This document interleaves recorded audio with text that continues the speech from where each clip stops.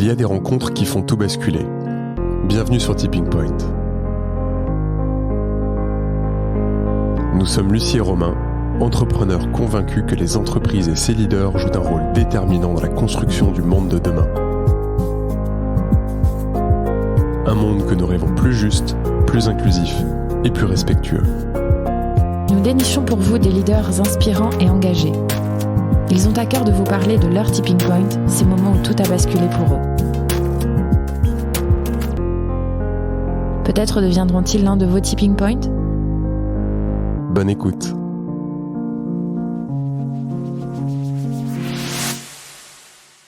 Bonjour Laurent. Bonjour. Merci beaucoup d'accepter de discuter avec nous sur Tipping Point. C'est avec plaisir. Alors Laurent, tu fais partie des grands entrepreneurs engagés lyonnais. Je dis grand parce que quand on parle d'innovation sociale, d'innovation managériale, ton nom revient fréquemment. C'est d'ailleurs Olivier Frérot qu'on a reçu sur le podcast qui nous a vraiment conseillé de discuter avec toi. Passionné de tech, attiré par les possibilités incroyables qu'offrait Internet, tu as créé LDLC en 1996, si je ne me trompe pas. C'est ça. LDLC, c'est devenu le leader français e-commerce du matériel informatique et votre mission, c'est surtout de rendre la high-tech accessible à tous. Laurent, c'est un vrai plaisir d'être ensemble parce que, au-delà de ta très belle réussite entrepreneuriale, tu n'as pas peur d'interroger le statu quo. Alors, la semaine de 4 jours, la fin des primes sont 2 exemples parmi les plus connus que tu as mis en place et tu t'engages également pour la planète. Alors, je vais te donner la main, Laurent, au-delà de cette très courte introduction. Qui es-tu ? Quels sont tes tipping points ? Est-ce que tu peux te présenter, s'il te plaît ? Donc, Laurent Laclergerie, j'ai créé LDLC il y a 26 ans, par hasard. En fait, au départ, j'ai créé une boîte pour vendre un logiciel que j'avais développé pour mon père qui travaillait chez Renault. Et puis, ils l'ont pas pris, je me suis retrouvé avec une société. Et entrepreneur, j'avais toujours voulu le faire, donc ça m'a pas arrêté. Je me suis juste demandé ce que j'allais faire parce que j'avais une boîte vide du coup. Et j'ai commencé à créer la boîte, à développer des logiciels pour d'autres. Et puis un jour, j'adorais coder. Je suis tombé dedans à l'âge de 10 ans. C'était ma passion. Et c'était d'ailleurs le seul truc où j'étais bon à l'école.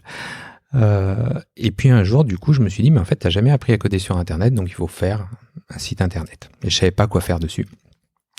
Et en cherchant, j'adore la cuisine, alors j'aurais pu faire un blog de cuisine. Le mot blog, à l'époque, ça n'existait pas. Mais le problème, c'est que je sais pas écrire, je suis pas journaliste, c'est pas mon truc de remplir des pages comme ça, donc il fallait un truc, en fait, plus formel. Puis d'un coup, je me suis dit, je vends un peu de matériel à mes clients, donc je vais apprendre à faire un site de e-commerce. Et voilà comment j'ai créé LDLC il y a 25 ans. Alors tout seul, donc sans tout ce qui se passe aujourd'hui. Et surtout, à l'époque, on m'aurait dit, un jour tu me gères 1000 personnes, j'aurais arrêté. Parce qu'en fait, je m'imaginais pas à la tête d'une boîte géante, c'était pas le projet. Moi, il fallait que ce soit simple, que je m'amuse dans ce que je fasse. Donc, je concevais pas dans ma tête que gérer 1000 personnes, on pouvait s'amuser en le faisant. Il aura fallu 26 ans pour que je m'en rende compte. Mais non, c'est pas tout à fait, je l'ai vu avant. Voilà comment j'ai créé la boîte. Donc la boîte qui s'est développée et on reprendra tout, mais globalement voilà comment on est arrivé à 1000 plus tard sans que je fasse exprès et comment ça a démarré au départ. Sur un projet, juste entrepreneur, c'est quelque chose que j'ai toujours voulu faire dans ma vie, c'est-à-dire que je me rappelais, et je l'avais gardé en plus cette rédaction que j'avais écrit en 5e, que je voulais créer ma boîte un jour. Et j'avais gardé la rédaction, je l'avais perdue, et puis en fait elle était chez ma sœur qui l'a retrouvée récemment. Et ce qui m'a fait sourire quand je l'ai vue, c'est que la première ligne de la rédaction, c'est « Depuis que je suis en maternelle, je veux créer ma boîte ». J'ai fait « Ah, c'était pas en 5e, alors ça datait d'avant ». Donc je n'ai fait que ce que je voulais faire. Pourquoi tu voulais créer ta boîte ? Ça voulait dire quoi pour toi, créer sa boîte ? C'est quoi le rêve de petit garçon derrière ? Alors ça, c'était facile. C'était des grands défis avec mon père à l'époque. C'était gérer moi-même, enfin être moi-même. Je voulais pas travailler pour quelqu'un d'autre. Je voulais être tranquille. Typiquement, un débat que j'avais il y a 45 ans à peu près maintenant avec mon père, c'était plus tard je ne mettrai jamais de veste comme toi, je serai en jean et j'irai bosser comme ça. Et mon père me disait c'est pas possible, bon c'est notre génération, il n'imaginait pas la suite, mais c'est pas possible, tu seras obligé. Je disais je travaillerai pour moi pour ne pas le faire. J'ai toujours été un peu hors des sentiers battus. J'ai jamais été un élève perturbant, celui qui fait chier le prof. Quoique certains profs m'ont dit que j'avais un regard arrogant des fois. Mais je le faisais pas exprès, c'était pas de ma volonté, c'était peut-être parce que j'étais un peu sûr de moi sur certains trucs et que je pouvais peut-être montrer ça, mais c'était absolument pas volontaire. Mais par contre, j'étais bien dans mon monde et je vivais mon monde. Tu peux nous en parler un peu plus de ce monde-là, quand tu dis j'étais bien dans mon monde? En fait, j'ai toujours été sûr de moi sur plein de choses. Je me rappelle d'une anecdote où je parlais avec des amis à l'époque, j'étais au lycée, et je leur raconte un truc qui était complètement faux, mais je savais pas que c'était complètement faux, j'étais sûr que c'était complètement vrai, et je les convainc que c'est vrai. Et c'est après, quand ils se rendent compte que c'est faux, qu'ils me disent « Mais Laurent, t'es hallucinant. En fait, on te suivrait au bout du monde sur tes conneries. » Parce qu'en fait, t'es tellement sûr de toi quand t'affirmes quelque chose que on a envie de te croire. Et en fait, je m'étais rendu compte de ce truc-là à ce moment-là quand ils me l'ont dit, parce que je m'étais dit « Mais mince alors, c'est un problème. » Surtout qu'il faut savoir qu'au départ, je suis quelqu'un de très timide, très réservé. Je suis pas celui qui se met en avant. Donc quand je suis comme ça, c'est pas parce que j'ai envie d'avoir raison, c'est juste que je pense que j'ai raison. C'est ce qui mènera peut-être la suite de l'histoire des années plus tard. Mais voilà, j'ai toujours été comme ça, convaincu de mes idées, convaincu que je devais y aller, convaincu que je devais avancer. Et puis, ce côté entrepreneur, à tester des trucs. Même en 5e, mon premier commerce, c'était la vente de Scooby-Doo. J'avais trouvé des fils moins chers que ceux qui les achetaient dans la cour. Donc, je leur revendais les fils, je faisais mon petit bénéfice. Donc, ça a toujours été.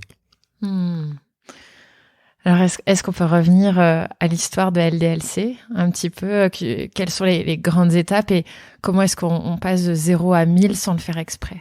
Alors, pour moi, il y a 3 grosses étapes qui ont marqué LDLC les 10 premières années. Oui, c'est ça, 10 ans. Où en fait, on grandit sans faire exprès. On suit le marché. Je crée le site web et à partir du moment où je crée le site web, il va y avoir des commandes qui tombent. Les commandes tombent de plus en plus. Je recrute, je trouve un local.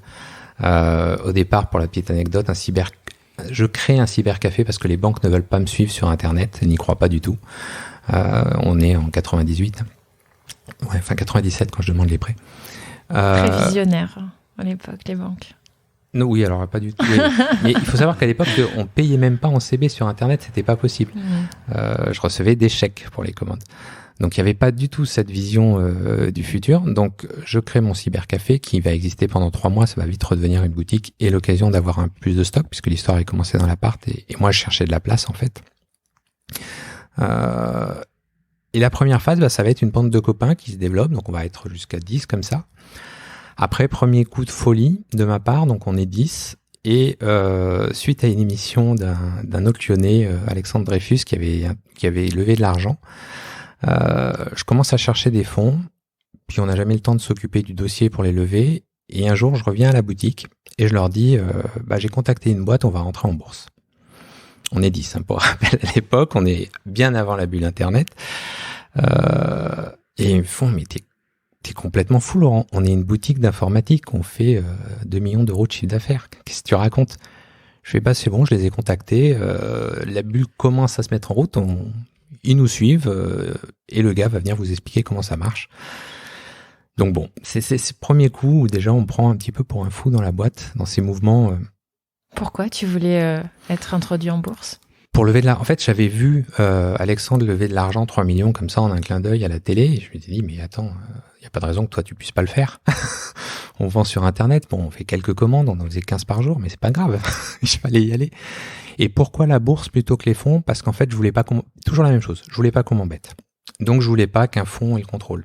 La bourse, j'allais lâcher 10% du capital, mais avec 10% du capital, il n'y a pas d'accord, de pacte d'actionnaires, de différentes choses.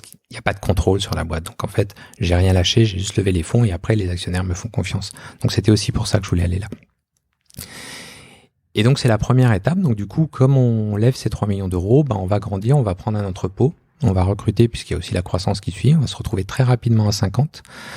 avec les premiers changements, les premières perturbations, parce que les 10 premiers sont pas forcément les chefs de demain, parce qu'ils n'ont pas toujours la capacité, que des fois on va recruter des gens au-dessus d'eux. Donc les premières fois où on va avoir des petites tensions, pas méchantes, mais des gens qui apprécient pas le fait qu'on ait recruté quelqu'un au-dessus d'eux. Par contre, sur ces 50, au moment où on rentre en bourse, automatiquement, pour moi c'est évident, ils ont tous droit à des actions du groupe. Donc on émet des BSCPE à l'époque, pour qu'ils soient tous impliqués dans la boîte. Pour l'anecdote, à l'époque, alors on était en francs encore, puisqu'on est juste au passage du franc euro. J'avais dit à certains, vous verrez, un jour vous deviendrez millionnaire. Et il y en a un qui, un mois, est venu me voir en me disant, il y a quelques mois, quand l'action était un peu plus haute, en me disant, Laurent, t'avais raison. En francs, je suis devenu millionnaire grâce à toi.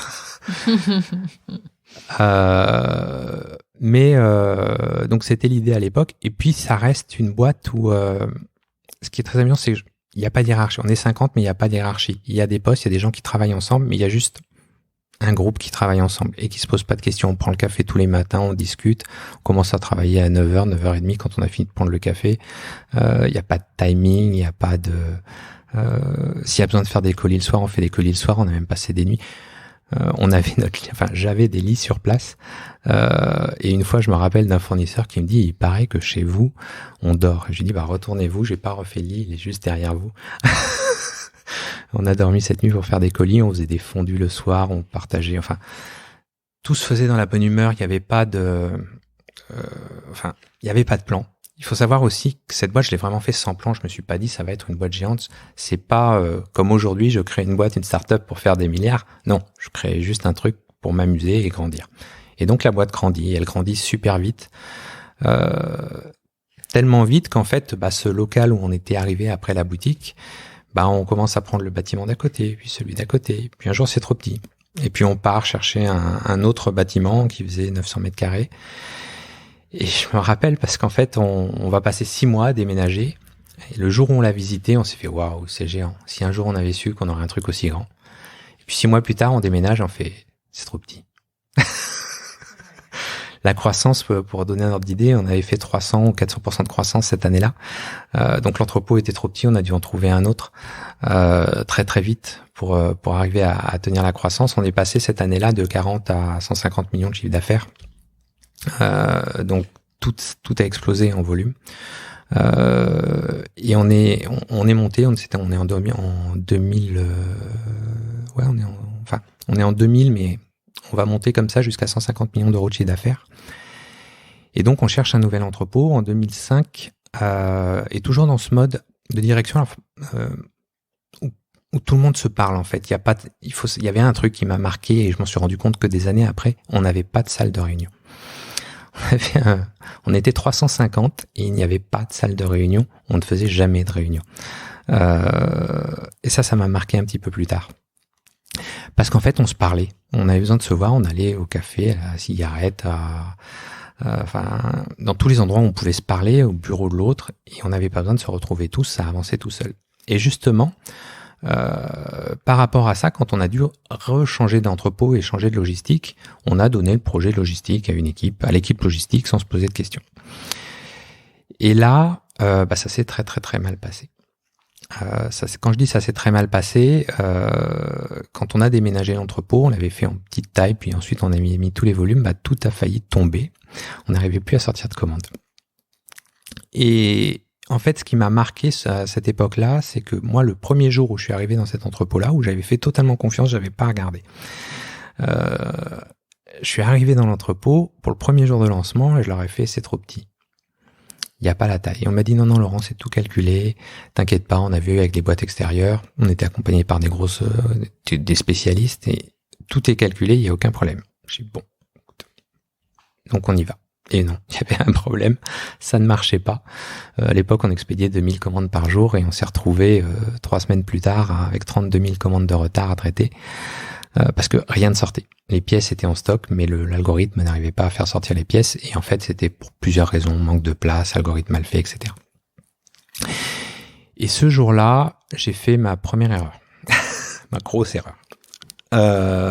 Logique, mais qui était une erreur, je me suis rendu compte plus tard.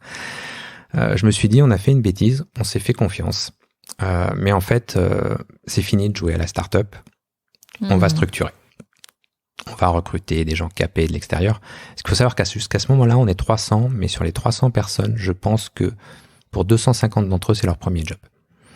C'est-à-dire que il y a vraiment pas, on n'a pas cherché des personnes capées, on a grandi par nous-mêmes sans jamais se poser de questions. Et ça marchait très bien. Et donc là, cet événement-là se fait en gros, le réflexe a été de se dire, bon, allez, on a joué un petit peu au con, on a été les jeunes start-upers qui s'amusent, mais là, maintenant, il faut des pros parce qu'on n'a plus le niveau. Je me permets de te couper, Laurent. Là, la croissance, jusque-là, tu l'as fait pour quelle raison ? Parce que le marché est là, parce que... Alors, il y a plein de raisons. Qu'est-ce qui crée, en fait, cette traction ? Le marché, les bonnes rencontres, on va parler 10 heures. Je vais te prendre une anecdote, d'ailleurs, qui était un clash avec mon père à l'époque, mais qui a fait la croissance de la boîte. Au tout début, quand je lance le site, j'avais 50 000 francs de capital, donc 7 500 €. Et puis, il y avait un site sur Internet qui marchait bien, qui s'appelait Ardoire.fr. Et Ardoire.fr, à l'époque, pour relativiser les chiffres, c'était 2500 visiteurs par jour. Ce qui était énorme. C'était un site leader en France avec ce volume-là. Et c'était tenu par Marc Prieur, qui était un étudiant, qui faisait ça le week-end quand il rentrait, il testait des produits et puis il mettait en ligne. Et je suivais son site de loin, et puis un jour, il poste un week-end, écoutez, je vais devoir arrêter le site pendant 3 mois. Parce qu'en fait, mon ordinateur est tombé en panne, je n'ai plus les moyens de faire les tests. Et je regarde son truc, je lui écris, et je lui dis, écoute Marc, on se connaissait pas. Je dis, écoute Marc, je t'offre l'ordi que tu veux. En échange d'une bannière en haut de ton site. Sachant qu'à l'époque, des bannières, il y en a quasiment pas.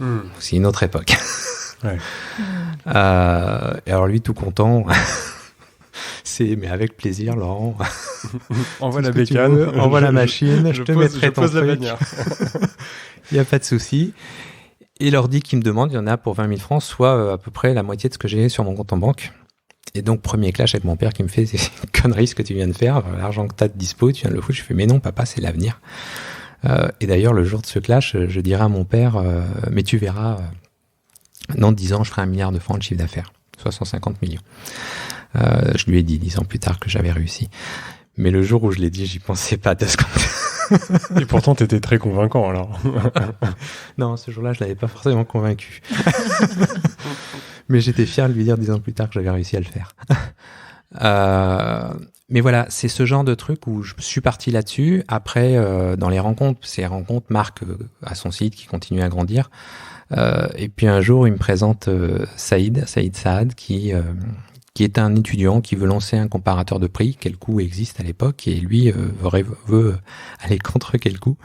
Et en fait, la seule chose dont il a besoin, c'est d'avoir un lien sur Ardoire.fr, parce qu'Ardoire.fr est toujours le site le plus fréquenté à l'époque. Il dit, si je veux que mon comparateur de prix soit connu, il me faut ça, puis il me faudra du matériel, il me faudra un lieu pour travailler. Je dis, écoute, je te donne tout ça, compte 40% de ta boîte. Il me fait, ouais, mais Laurent, en fait, ça va pas. On peut pas le faire, parce que si je te file 40% de ma boîte en tant que comparateur de prix, j'aurai 0 client. Je dis, bon, écoute, Saïd, on va pas le faire comme ça. On va le faire autrement. Je prends 0. Dans 1 an, je rentre au capital et je prends 40%. Et en attendant, je te donne tout. Et on se serre la main.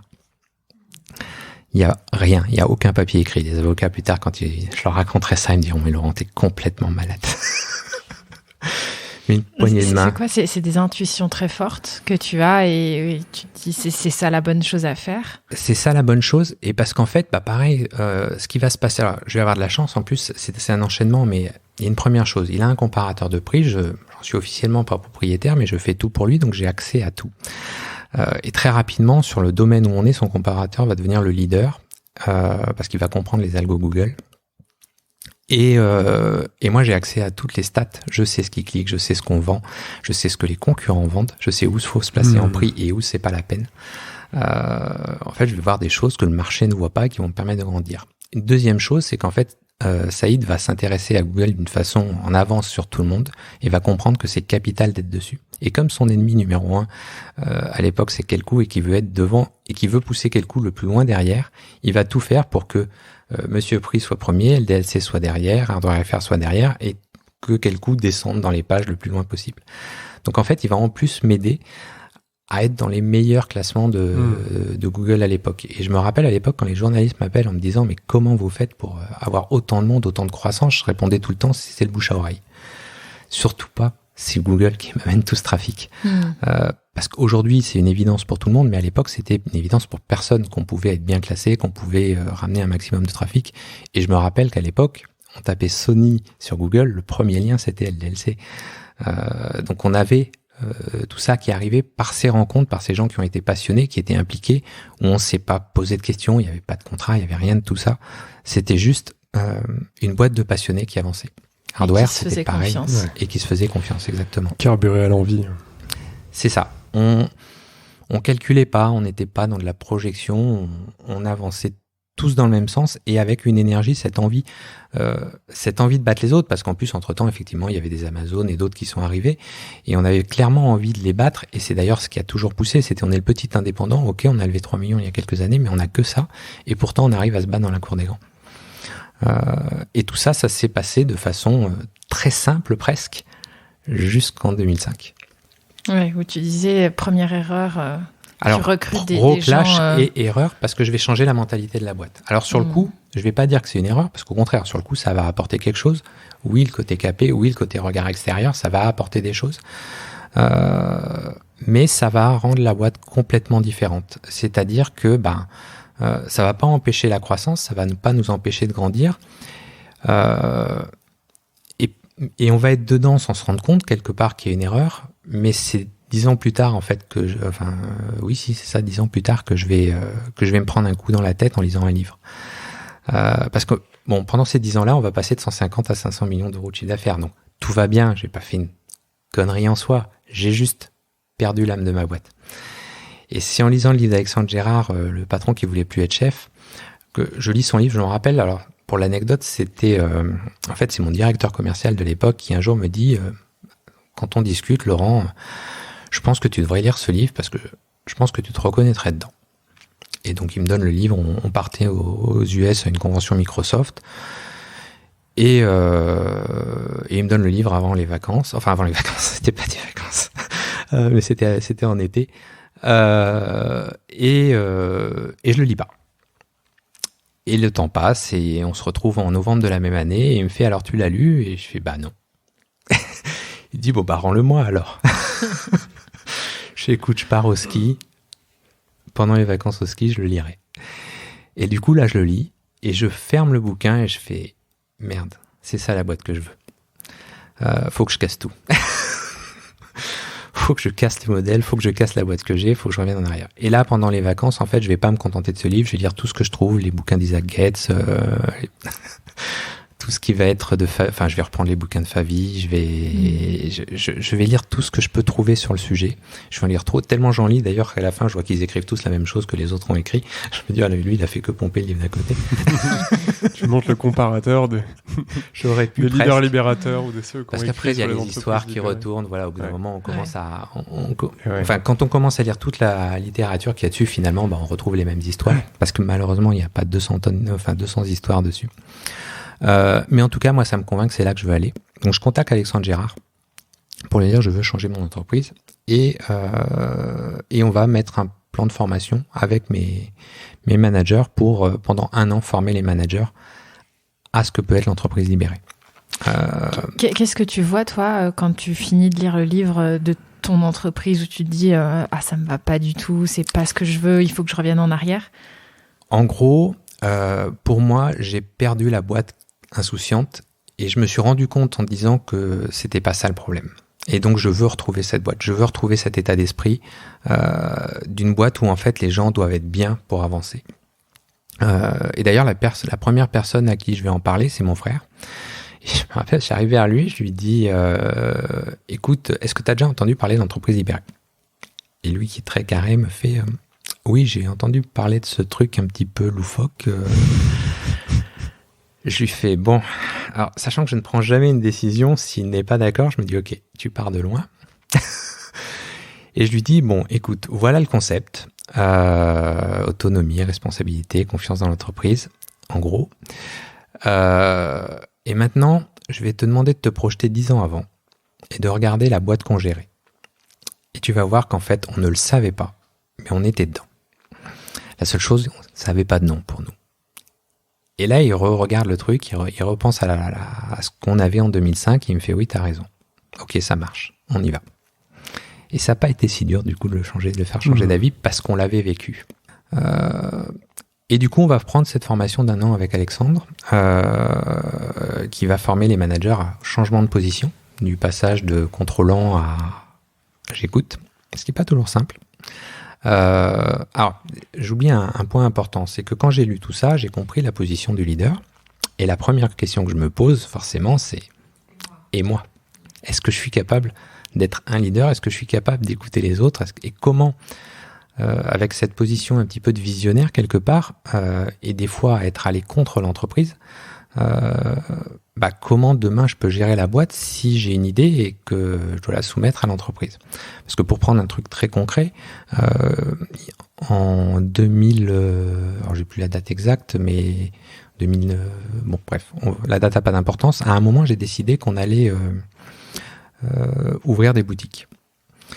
Et à ce moment-là, le marché a tendance à dire c'est la mort des boutiques, c'est Internet. Et moi, j'arrive dans ce qui était le comité de direction à l'époque, il y en avait un sur cette période-là, en disant on va ouvrir des boutiques. Et on me regarde et on me fait Laurent, tu ne suis pas l'actualité ou il y a un truc que tu n'as pas compris, mais c'est mort l'avenir des boutiques. Le commerce physique est mort. Je sais non, je pense justement que c'est tout le contraire, que Internet n'aura jamais plus de 30% de part de marché, et donc si on veut grandir, si on n'est pas capable d'aller chercher les autres 70% qui manquent, on rate quelque chose. Donc on va y aller. Et là, en gros, c'est parce que je suis le patron qu'on va me dire oui. Je me rendrai compte plus tard, une fois que j'ai avancé sur la notion de libérer, que c'est pas parce que je suis le patron qu'on me dit oui, mais parce que je suis la personne inspirante. Et qu'en fait, c'est pas une question de contrôle, l'entreprise libérée, c'est une question d'on suit les personnes en lesquelles on a confiance. Si on n'a pas confiance, effectivement, on perd et le projet ne passe pas, mais si les gens ont confiance, ils suivent quand même. Et en fait, on n'impose pas, on suit la personne, ce qui n'est pas toujours d'ailleurs la bonne solution, puisqu'on peut suivre des mauvais projets. Mais en tout cas, voilà, c'est comme ça que ça fonctionne. Et donc, je me dis, finalement, ça devrait marcher. Par contre, parce que la position non contrôlante, je l'ai déjà. Mon comité de direction va me suivre, me suit même des fois trop à mon goût, a tendance à se laisser porter, mais moi j'ai tendance à leur dire c'est à vous de bouger, c'est pas à moi de le faire. Maintenant ça va être ce que je vais devoir transmettre. Et je sais que pour certains ça passera pas. En tout cas que ça passera difficilement. D'ailleurs quand je leur demande, ceux qui veulent suivre la formation, je ne suis pas surpris de ceux qui me disent non, moi je rattraperai le train plus tard. Ok. Et là tu dis quoi ? Ok. Ok, parce que je suis pas en mode, je veux pas. Dans le principe, et ça j'avais vu ça avec Alexandre, le principe c'est de pas bousculer les gens, ils auront le temps de changer. C'est pas parce qu'ils changent pas tout de suite, et d'ailleurs il y en a qui sont encore là aujourd'hui, parmi ceux qui n'ont pas suivi le train au départ, ils auront le temps de changer. Mais oui, ça me surprend pas, ceux qui viennent pas dedans, parce que c'est ceux qui finalement sont le plus loin et qui aura le plus de mal à faire évoluer. Mais c'est pas pour ça qu'ils évolueront pas plus tard quand ils voient les choses tourner. Enfin, pour la plupart d'entre eux. Et donc, à partir de là, on va avancer. Pendant 1 an, on va se former quelque part en mode caché, c'est-à-dire que l'entreprise ne sait pas du tout ce qu'on est en train de faire. En anecdote, le jour où j'avais fait cette réunion pour leur annoncer ça, j'avais appelé la réunion on va délivrer la princesse. Et ce jour-là, il neigeait dehors quand on fait la réunion, et je leur ai passé libéré, délivré. Quand j'ai vu la neige, j'ai pas pu m'empêcher. Et je leur ai expliqué ce qu'on allait faire derrière. Alors, sur le coup, ils m'ont suivi, parce qu'il y avait toujours ce côté on suit le chef, mais j'ai senti que ça allait être compliqué. Alors, on a fait cette formation d'1 an, et puis ils se sont mis en posture, et ce qui a été très, très intéressant, c'est que dans la méthode Alexandre Gérard, le principe, c'est de dire un jour, on saute en parachute. On change tout du jour au lendemain. Alors, quand on a une boîte de 1000 personnes, on se pose la question de ce fameux saut en parachute, et il faut pas faire planter la boîte quand même. On peut pas remonter dans l'avion une fois qu'on a sauté. Mais on se fixe le moment où on va le faire. Et je demande à tout le monde si tout le monde est d'accord. Et tout le monde me dit oui Laurent, on est prêt. Et puis plus on s'approche de la date, plus je me rends compte que ça va pas, ils sont pas prêts. Et là, c'est amusant parce que je vais aller vers eux, un par un, pour leur dire, on le fait pas. Et là, on me répond, non, mais t'as raison, Laurent, on n'est pas prêt. Et je me dis, zut, en fait, c'est toujours la même chose, ils font que me suivre. C'est-à-dire qu'il n'y en a pas un qui a été capable, alors qu'individuellement, ils vont quasiment tous me dire, t'as raison, on n'est pas prêt. Il n'y en a pas un qui a été capable de me dire, faut pas y aller. Ça voulait dire quoi, sauter en parachute, là? C'était du jour au lendemain, en fait, on décide que l'entreprise devient libérée. Donc, on va faire dans le principe, on va faire une grande réunion, on réunit tout le monde, on leur annonce le projet.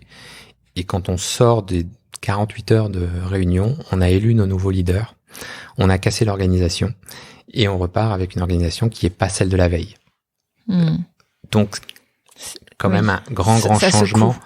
Peut-être que sur des boîtes de 50 à 100 personnes, on peut arriver à faire ça. Sur 1000, je me suis dit, avec une boîte qui est en plus pas encore stable, qui a des difficultés, où il y a eu des grèves un an avant, où tout n'est pas en place, je me dis, c'est peut-être pas le moment de tout casser d'un coup. Pardon, Laurent, les grèves, c'est quoi? C'est la conséquence de la structure que tu as voulu mettre un moment parce que comme tu dis, t'as un peu perdu l'âme de ta société? Manque de dialogue. Des gens qui se braquent, des gens qui veulent avoir raison, qui promettent des choses et qui font pas, et du coup, les gens se tendent en face et ça crée des grèves.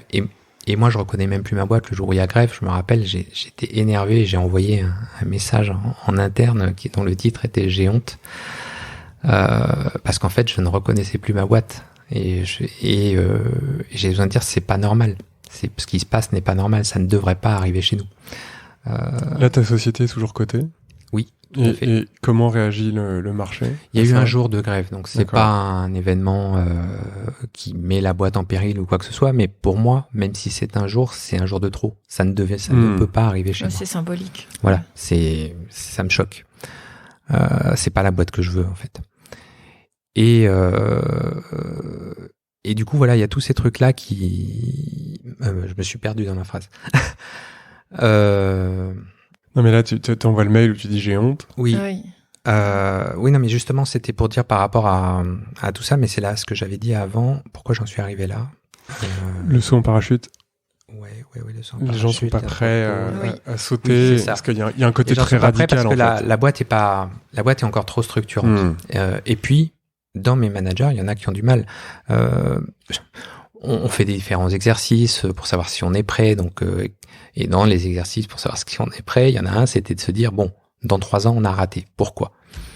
Et puis là, ressortent les réponses bateau, parce qu'on n'était pas prêt, parce que machin, non, ça va pas, c'est pas bon. Tout ce qu'on dit, c'est trop bateau. Et je me rappelle, à ce moment-là, je dis, écoutez, on va le faire autrement. Demain matin, on change la boîte. Et ça m'a fait sourire parce que un de ceux qui m'aurait disait tous les jours, Laurent, on est prêt. Je suis convaincu, c'est ma mentalité, c'est là qu'on doit aller. Et le premier à réagir, il me dit, faut pas. L'équipe est pas prête. Je les ai pas préparés. Ils ont pas appris les choses. Ils sont pas prêts à fonctionner comme ça. Mais ça fait des années que tu me dis que ton équipe fonctionne comme ça et t'es le premier à réagir en me disant ça ne marchera jamais. Je dis, il y a un problème. C'est pas possible. Et en fait, ça avait été très amusant.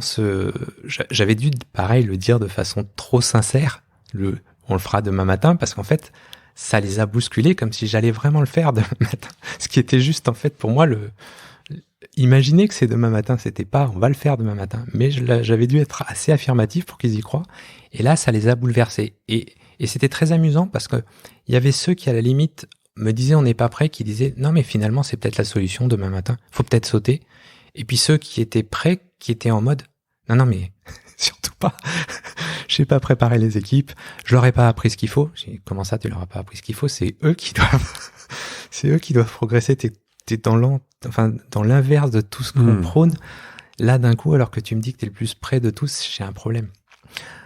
Et du coup, on va pas le faire. On va pas avancer comme ça. Et je vais prendre le problème complètement à l'envers. C'est moi qui vais tout changer autrement. À l'époque, on était en bourse. Et on avait annoncé qu'on ferait 1 milliard d'euros de chiffre d'affaires dans 5 ans. Et on avait cette culture de il faut atteindre ce fameux milliard. Et cette année-là, en fait, j'ai fait un exercice que j'avais fait des années avant, mais que j'avais pas refait depuis, et que je fais tous les ans depuis. Je vais voir l'intégralité des salariés par groupe de à peu près 20 personnes. Donc 1000 salariés, 50 réunions, une semaine, sans manger. Mais ça va, j'ai l'habitude, c'est pas si difficile. Si je mange le soir quand même. En mode question-réponse, c'est-à-dire qu'ils me posent toutes les questions qu'ils veulent, sur tous les sujets qu'ils veulent, et moi j'ai quasiment rien à dire. Mais cette année-là, j'avais commencé quand même la réunion en leur disant on va changer quelque chose. On a annoncé qu'on fera 1 milliard en bourse, et en fait, on va arrêter d'annoncer ce genre de bêtises. On va s'occuper de nous dorénavant. Et la priorité, à partir d'aujourd'hui, c'est notre bien-être. Et le milliard, je sais qu'on le fera un jour, parce que vous serez bien. Mais tout ce qu'on va faire aujourd'hui sera consacré au bien-être de chacun d'entre vous. Et donc, on va complètement changer ce paradigme. Et on a avancé dans ce sens-là. Et à partir de ça, j'ai abordé d'autres sujets, le fait que les managers devaient être moins contrôlants. Mais je les ai pas changés. J'ai dit, il va falloir changer de posture. Par contre, j'ai dit à l'intégralité des salariés que c'était la posture que je voulais que les managers aient. Ce qui a propagé dans la société, en fait, le fait que la société changeait et que ça devait se passer comme ça. Donc, quand un manager était contrôlant, ça ne marchait plus. Puisque Laurent a dit qu'il ne faut pas être contrôlant. Donc, ça ne se passe pas comme il faut. Et donc, à partir de ce moment-là, les équipes disaient, bah non, il y a un problème, ça ne marche pas. Donc, j'ai des managers qui sont partis. Parce qu'en fait, la position, ils n'arrivaient plus à la tenir, ils se retrouvaient pas entre les deux. Alors nous, par contre, entre-temps, ce qu'on avait fait pour pouvoir accompagner certains d'entre eux qui avaient la volonté d'y aller, mais il y avait quand même un changement de posture à avoir, ça a été de former des coachs en interne pour accompagner à ce changement les managers et puis éventuellement des équipes qui avaient besoin d'être accompagnées. Donc il y a eu ça. Après, j'ai ce fameux directeur commercial qui m'avait donné le livre. C'était amusant parce que quand j'ai commencé à avancer très sérieusement dedans, un jour il est venu me voir en me disant Laurent, je crois que je me suis planté un couteau dans le dos. Ouais. Parce qu'il s'est rendu compte qu'en fait il n'arrivait pas à avoir cette position comme il voulait. C'est pas qu'il voulait pas, c'est qu'il n'arrivait pas à prendre la position comme il voulait. Et il n'arrivait pas à donner toute cette confiance à ses équipes, et ne serait-ce qu'à ses managers intermédiaires dans son équipe. Et un jour, il est venu me voir en me disant Laurent, en fait, je me rends compte que j'ai un problème de confiance avec mes équipes. J'arrive pas à les diriger et je comprends pas où est le problème de fond. Et je lui ai dit, bah en fait, moi j'ai les retours. Les équipes ont pas du tout confiance en toi. Alors c'était pas sa faute, c'est qu'en gros il avait voulu changer plein de choses, plein de plans, il avait plein d'idées, mais il changeait les plans tous les ans. Et au bout d'un moment, les équipes le suivaient plus. Et du coup, il n'avait plus une chance de plus. C'était fini, la crédibilité était perdue. Et là, j'ai vraiment vu cette notion de, ok, on peut faire suivre des équipes derrière soi, mais si on a perdu la confiance, c'est mort. Et là, il n'y a plus qu'une solution pour une entreprise standard, c'est le côté hyper contrôlant. C'est comme ça et pas autrement. Je vais à l'encontre de votre avis, mais c'est pas grave, vous me suivez. Alors en entreprise contrôlante, ça marche, mais en entreprise qui se veut de plus en plus libérée, même si c'est pas le mode complet, libéré, quand on lit les livres, on voit qu'il y en a des tas de modes, mais globalement, ça ne marche pas si la confiance n'est pas installée. Et ça a été un des points avec lequel je suis revenu moi aussi sur les équipes au fur et à mesure des années, parce que la confiance, on parle beaucoup de la confiance manager-équipe, mais en fait, la confiance, il la faut partout dans la boîte. Et un sujet qu'il y a dans toutes les boîtes qui est global de confiance, c'est les confiances inter-équipes. C'est toujours la faute de l'équipe d'à côté. Si le projet n'a pas avancé en info, c'est parce que le marketing n'a pas donné les plans assez vite. Et puis le marketing, c'est parce que quand on parle en informatique, de toute façon, il y en a pour 3 mois à développer à chaque fois, ça avance jamais assez vite. Et si à un moment, il n'y a pas de concession entre les deux, d'accepter les délais des uns et des autres, on n'y arrive pas. Même en logistique, j'ai entendu les équipes me dire « Ah mais nous Laurent, on est à fond, ou tu veux mettre ça en place, chez nous ça va se passer super bien, mais l'équipe d'à côté c'est des glandeurs, ils feront rien. » Et puis l'équipe d'à côté me dira la même chose de l'équipe autre. Et en fait, il a fallu un moment que je leur dise « Mais vous parlez toujours de la confiance à vos managers, des problèmes que vous avez, mais regardez-vous entre vous, il y a un vrai problème. Vous faites pas confiance entre vous. » Et donc j'ai dû rentrer là-dedans aussi, pour pousser les gens à arrêter de dire c'est la faute de celui d'à côté. Et installer cette confiance au global. Comment tu t'y prends là ? En leur parlant, ces fameuses réunions. C'est une fois par an, mais ça a une puissance hallucinante. J'invite tous les managers à faire ça, enfin tous les mêmes présidents d'entreprise à faire ça, ce face à face aux équipes une fois par an, parce que ça ramène tout. Dans les choses que j'ai fait, j'ai enlevé les primes, et il y avait une prime qui n'est pas une prime commerciale, mais qui était une prime d'assiduité en logistique. On versait 25 € par mois à la condition qu'il y ait 0 jour d'absence. Seule absence tolérée, les vacances. Et puis l'année où j'ai supprimé les primes, on a réintégré cette prime. Et l'absentéisme a bondi il était à 5%, il est passé à 7%. Et l'année d'après, quand j'ai fait cette fameuse réunion, j'avais 8 groupes à voir dans l'entrepôt. Et le premier groupe, donc la réunion se passe normalement avec eux, ils me posent toutes les questions qu'ils ont posées, ils me font les 2-3 remarques par rapport au côté libéré qu'on met en place. Il y a ça, Laurent, tu parles de confiance, d'autonomie, mais il y a ça qui marche pas, il y a ça qui marche pas, ok. Donc on discute, on voit comment on peut avancer. Puis à la fin, je leur fais, mais moi j'ai quelque chose à vous dire. L'année dernière, je vous ai intégré la prime d'absentéisme de 25 €. On était à 5%, on est passé à 7%. Je suis quelque part déçu de ce que j'ai fait. Et là, ils m'ont donné au moins 10 excuses différentes qui justifiaient la chose. Alors, les excuses étaient bonnes, pas bonnes. Là n'est pas le jugement, j'ai pris. Et j'ai dit, ok, j'entends. En plus, vous me parlez d'excuses, de période, donc si j'ai bien compris, c'est fini. Ok, première réunion. Deuxième réunion, je recommence, j'ai à peu près les mêmes excuses, je redis le même discours. Et puis, j'ai pas envie de le dire aux 6 groupes d'après, donc j'embête pas les 6 suivants. Et puis, je retourne au boulot et les mois passent. Et je vois le taux d'absentéisme. 7, 5, 4, 2, 1,5. Et puis, il stabilise. Je fais waouh. Juste parce que je leur ai dit à 2 groupes sur 8 que j'étais déçu. Et eux étaient juste déçus de m'avoir déçu. Et ça s'est fait tout seul. Et ce qui m'avait encore plus choqué à l'époque, c'est que je regrettais qu'il n'y ait pas une prime d'absentéisme dans les bureaux, parce que les entrepôts étaient passés en dessous des bureaux en taux d'absentéisme. Ce qui est complètement illogique. Et je m'étais dit, mince, là-bas, ils sont, finalement, c'est ça, ils me le rendent mieux que dans les bureaux. Ils sont moins absents aujourd'hui, c'est devenu naturel. Et donc, c'est là que j'ai vu la puissance, une fois que la confiance est installée, de finalement, les choses se font naturellement. Il n'y a pas besoin de taper du poing sur la table, il n'y a pas besoin de dire ça doit changer. J'ai pas dit ça doit changer. J'ai dit j'ai vu ça. Si vous me dites que c'est pas votre faute, que c'était des effets, ok, je l'entends et je verrai.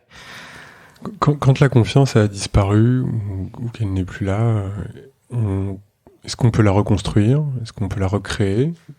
Qu'est-ce qui se passe avec ton DIRCO de l'époque? Le DIRCO, il est parti. Parce que justement, c'était allé trop loin. On peut pas.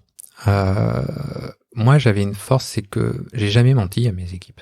Jamais, jamais. Quand j'ai dit quelque chose, soit je l'ai dit sincèrement parce qu'il y avait un contexte, soit j'ai dit je sais pas. Quand je sais pas, c'est-à-dire que si on me demande et ça, comment ça va évoluer, si je sais pas la réponse, plutôt que d'inventer une réponse ou d'essayer de projeter, j'ai dit je ne sais pas. Soit même quand il y avait des problèmes ou des choses dures à dire, je les ai dit. Je vais prendre une question typique qu'on m'a posée. On m'a dit, mais est-ce qu'un jour tu partiras et que tu vendras la boîte? Je dis, de base, j'en ai absolument pas envie. Maintenant, s'il y a un fou qui met un chèque hallucinant sur la table, j'ai tellement de projets dans la tête que peut-être que je dirais oui. Et donc, oui, je vais l'admettre, c'est possible. Même si j'en ai absolument pas envie de base. S'il y a des gens qui écoutent pour me racheter, c'est très cher, parce que j'ai pas envie de vendre. Vous pouvez envoyer vos propositions à... Non, mais... donc voilà, le discours, il est franc, même dans les moments, dans les questions un petit peu plus diverses et variées qu'on peut avoir sur plein de sujets. Et du coup, quand c'est intéressant parce que même maintenant, quand des années après je reviens, ils ont tout passé de toutes les réunions qu'on a fait et le fait qu'on peut pas me prendre par défaut puisqu'il n'y a pas eu de moment. Je me suis trompé, j'ai fait des erreurs et ça aussi je vais le reconnaître vis-à-vis d'eux. Mais c'est des vraies erreurs, c'est-à-dire que ça se voit que c'est une erreur, que c'était pas un mensonge à un moment.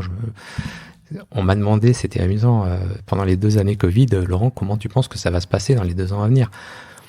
Je faisais mes pronostics à moi et forcément j'avais pas juste. Et puis voilà, j'ai essayé d'anticiper comment le marché allait évoluer et ça se passait pas strictement comme mais je donnais mon plan en disant qu'effectivement j'avais pas la science infuse et je savais pas tout. Et on m'en voulait pas 1 an plus tard de m'être trompé parce que ça s'était pas passé exactement comme prévu.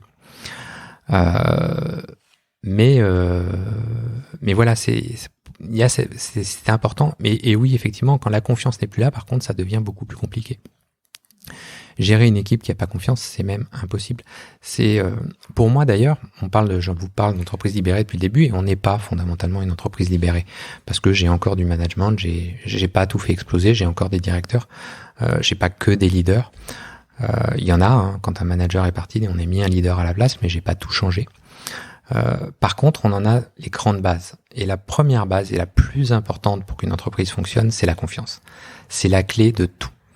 Si on arrive à installer la confiance dans une entreprise, à partir de là, on peut presque faire ce qu'on veut.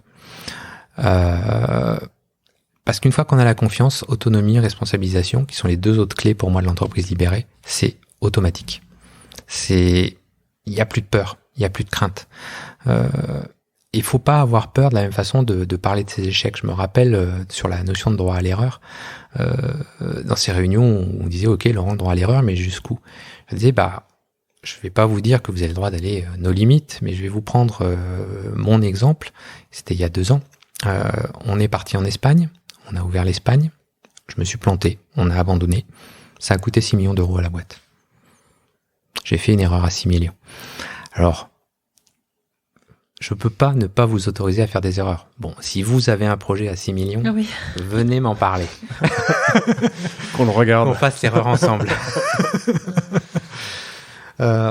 Mais sur des petites erreurs du quotidien, je ne peux pas vous en vouloir du moment que l'erreur est apprenante et que l'erreur est pas bête. C'est-à-dire que c'est pas une erreur de vraiment dans le sens erreur. Du moment on a le droit de tenter, on a le droit de se planter, on a le droit de faire des erreurs. Et j'ai même pris des cas, j'ai mis des fois en avant des cas d'erreur en disant voilà, ça c'est une erreur. Elle fait mal à la boîte, mais la personne n'a pas fait exprès. L'intention était bonne derrière. Et on apprend avec et on sait qu'on ne devra pas le refaire. Je me suis servi de certaines grosses erreurs dans la boîte pour dire voilà, c'est ça le droit à l'erreur. Après, c'est pas parce qu'on parle de droit à l'erreur qu'il n'y a pas à un moment trop d'erreurs font que c'est plus des erreurs. Pourquoi tu supprimes les primes? Pourquoi je supprime les primes? Parce que en fait, j'ai envie que tout soit fluide. J'ai envie de faire confiance. Et la prime, alors il y a 2 types de primes. Il y a la prime commerciale et puis la prime annuelle, on va dire, du salarié qui a bien travaillé. Et à qui, à la fin de l'année, fonction de ce qu'il a fait, sur des critères plus ou moins objectifs, il y a toujours une partie non objective, on va donner une prime et qui donne quelque part ce pouvoir au manager à un moment de dire je te contrôle et t'auras que tant de pourcents parce que là, t'aurais pu faire mieux. Et je veux enlever cette notion. Si on rentre dans une boîte, c'est pour que tout soit... pour chez moi, ça doit être fluide. Et donc, s'il y a une prime, à un moment, il y a un contrôle sur la personne. Et ça ne me va pas. Et si j'ai embauché la personne, j'ai confiance. Et si j'ai confiance, il n'y a pas de notion de jugement à un moment. La seule prime aujourd'hui qui reste dans la boîte, d'ailleurs, c'est la participation qui est le résultat de l'ensemble des équipes. C'est, on a réussi l'année, dorénavant, on a une participation qui est plafonnée d'ailleurs pour que les bas salaires en profitent plus que les hauts salaires. Pour que ce soit mieux réparti, que ce soit pas aspiré par le haut de la pyramide. Mais il y a vraiment cette notion de pour moi, la prime ne doit pas sanctionner. C'est un manque de confiance, la prime. C'est la chose qui fait qu'à un moment, on dit, bon, c'est la carotte. Si t'as tout bien fait, t'auras ton bonbon. Donc même les commerciaux n'ont plus de prime. Et ça a été la deuxième étape. Je l'ai fait en 2 fois. Parce que les commerciaux, c'était, je le savais, plus touchy. Et les commerciaux, en fait, on avait fait des réunions En fait, ils m'ont annoncé qu'ils allaient changer leur P-plan. Et je leur ai dit, est-ce que je peux être invité à vos réunions? Et donc, ils ont travaillé dessus, ils ont travaillé sur la façon dont ils voulaient le faire. Ils ont présenté 2 nouvelles façons de se payer avec des primes. Et quand ils ont présenté les 2 façons, je leur ai dit, est-ce que moi, je peux en présenter une 3e? Oui, bien sûr, Laurent. Et je leur ai dit, on verse plus de primes. Et je regrette de ne pas avoir mis mon téléphone en route à ce moment-là et de pas avoir enregistré la scène. Parce que là, pendant 5 secondes, nous étions au pôle Nord. Je les avais frisés sur place, je ne savais pas que j'avais ce pouvoir. Il n'y en a pas un qui bougeait, ils me regardaient, mais je les avais tétanisés jusqu'à ce qu'il y en ait un qui prenne la parole et qui me dise « Mais Laurent, on est des commerciaux. Ce que tu racontes, c'est pas possible. Pourquoi on travaille si on n'a plus de primes? Et j'aurais répondu, alors c'est pour le coup du tac au tac, j'ai dit, mais pourquoi travaillent les autres dans l'entreprise?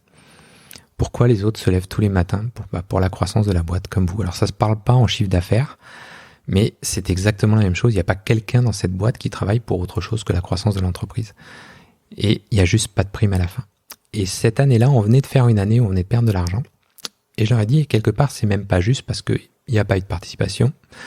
Il y a eu des blocages de salaire. Et vous, pendant ce temps, dès que vous décrochez une affaire, qu'elle suffise ou pas à rendre la boîte rentable, vous avez une prime. Il y a un vrai décalage avec ce qui se passe dans le reste de la boîte où pendant ce temps, il y a des sanctions quelque part du fait qu'on n'a pas fait une bonne année l'année d'avant. Et vous passez à travers. Donc quelque part, il y a une injustice. Alors après, ça a été, oui, mais alors si on n'a pas de prime, c'est quoi les objectifs? Il n'y en a plus. Comment ça, il n'y en a plus? Je dis, comme tout le monde, on va juste chercher le plus loin possible.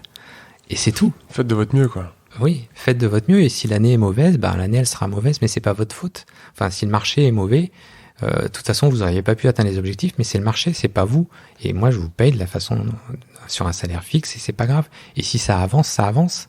Et si vous surperformez le marché, tant mieux. Et après, si vous devez fêter des événements parce qu'il y a une super grosse affaire, vous ferez un resto ou un truc, vous irez fêter ça ensemble.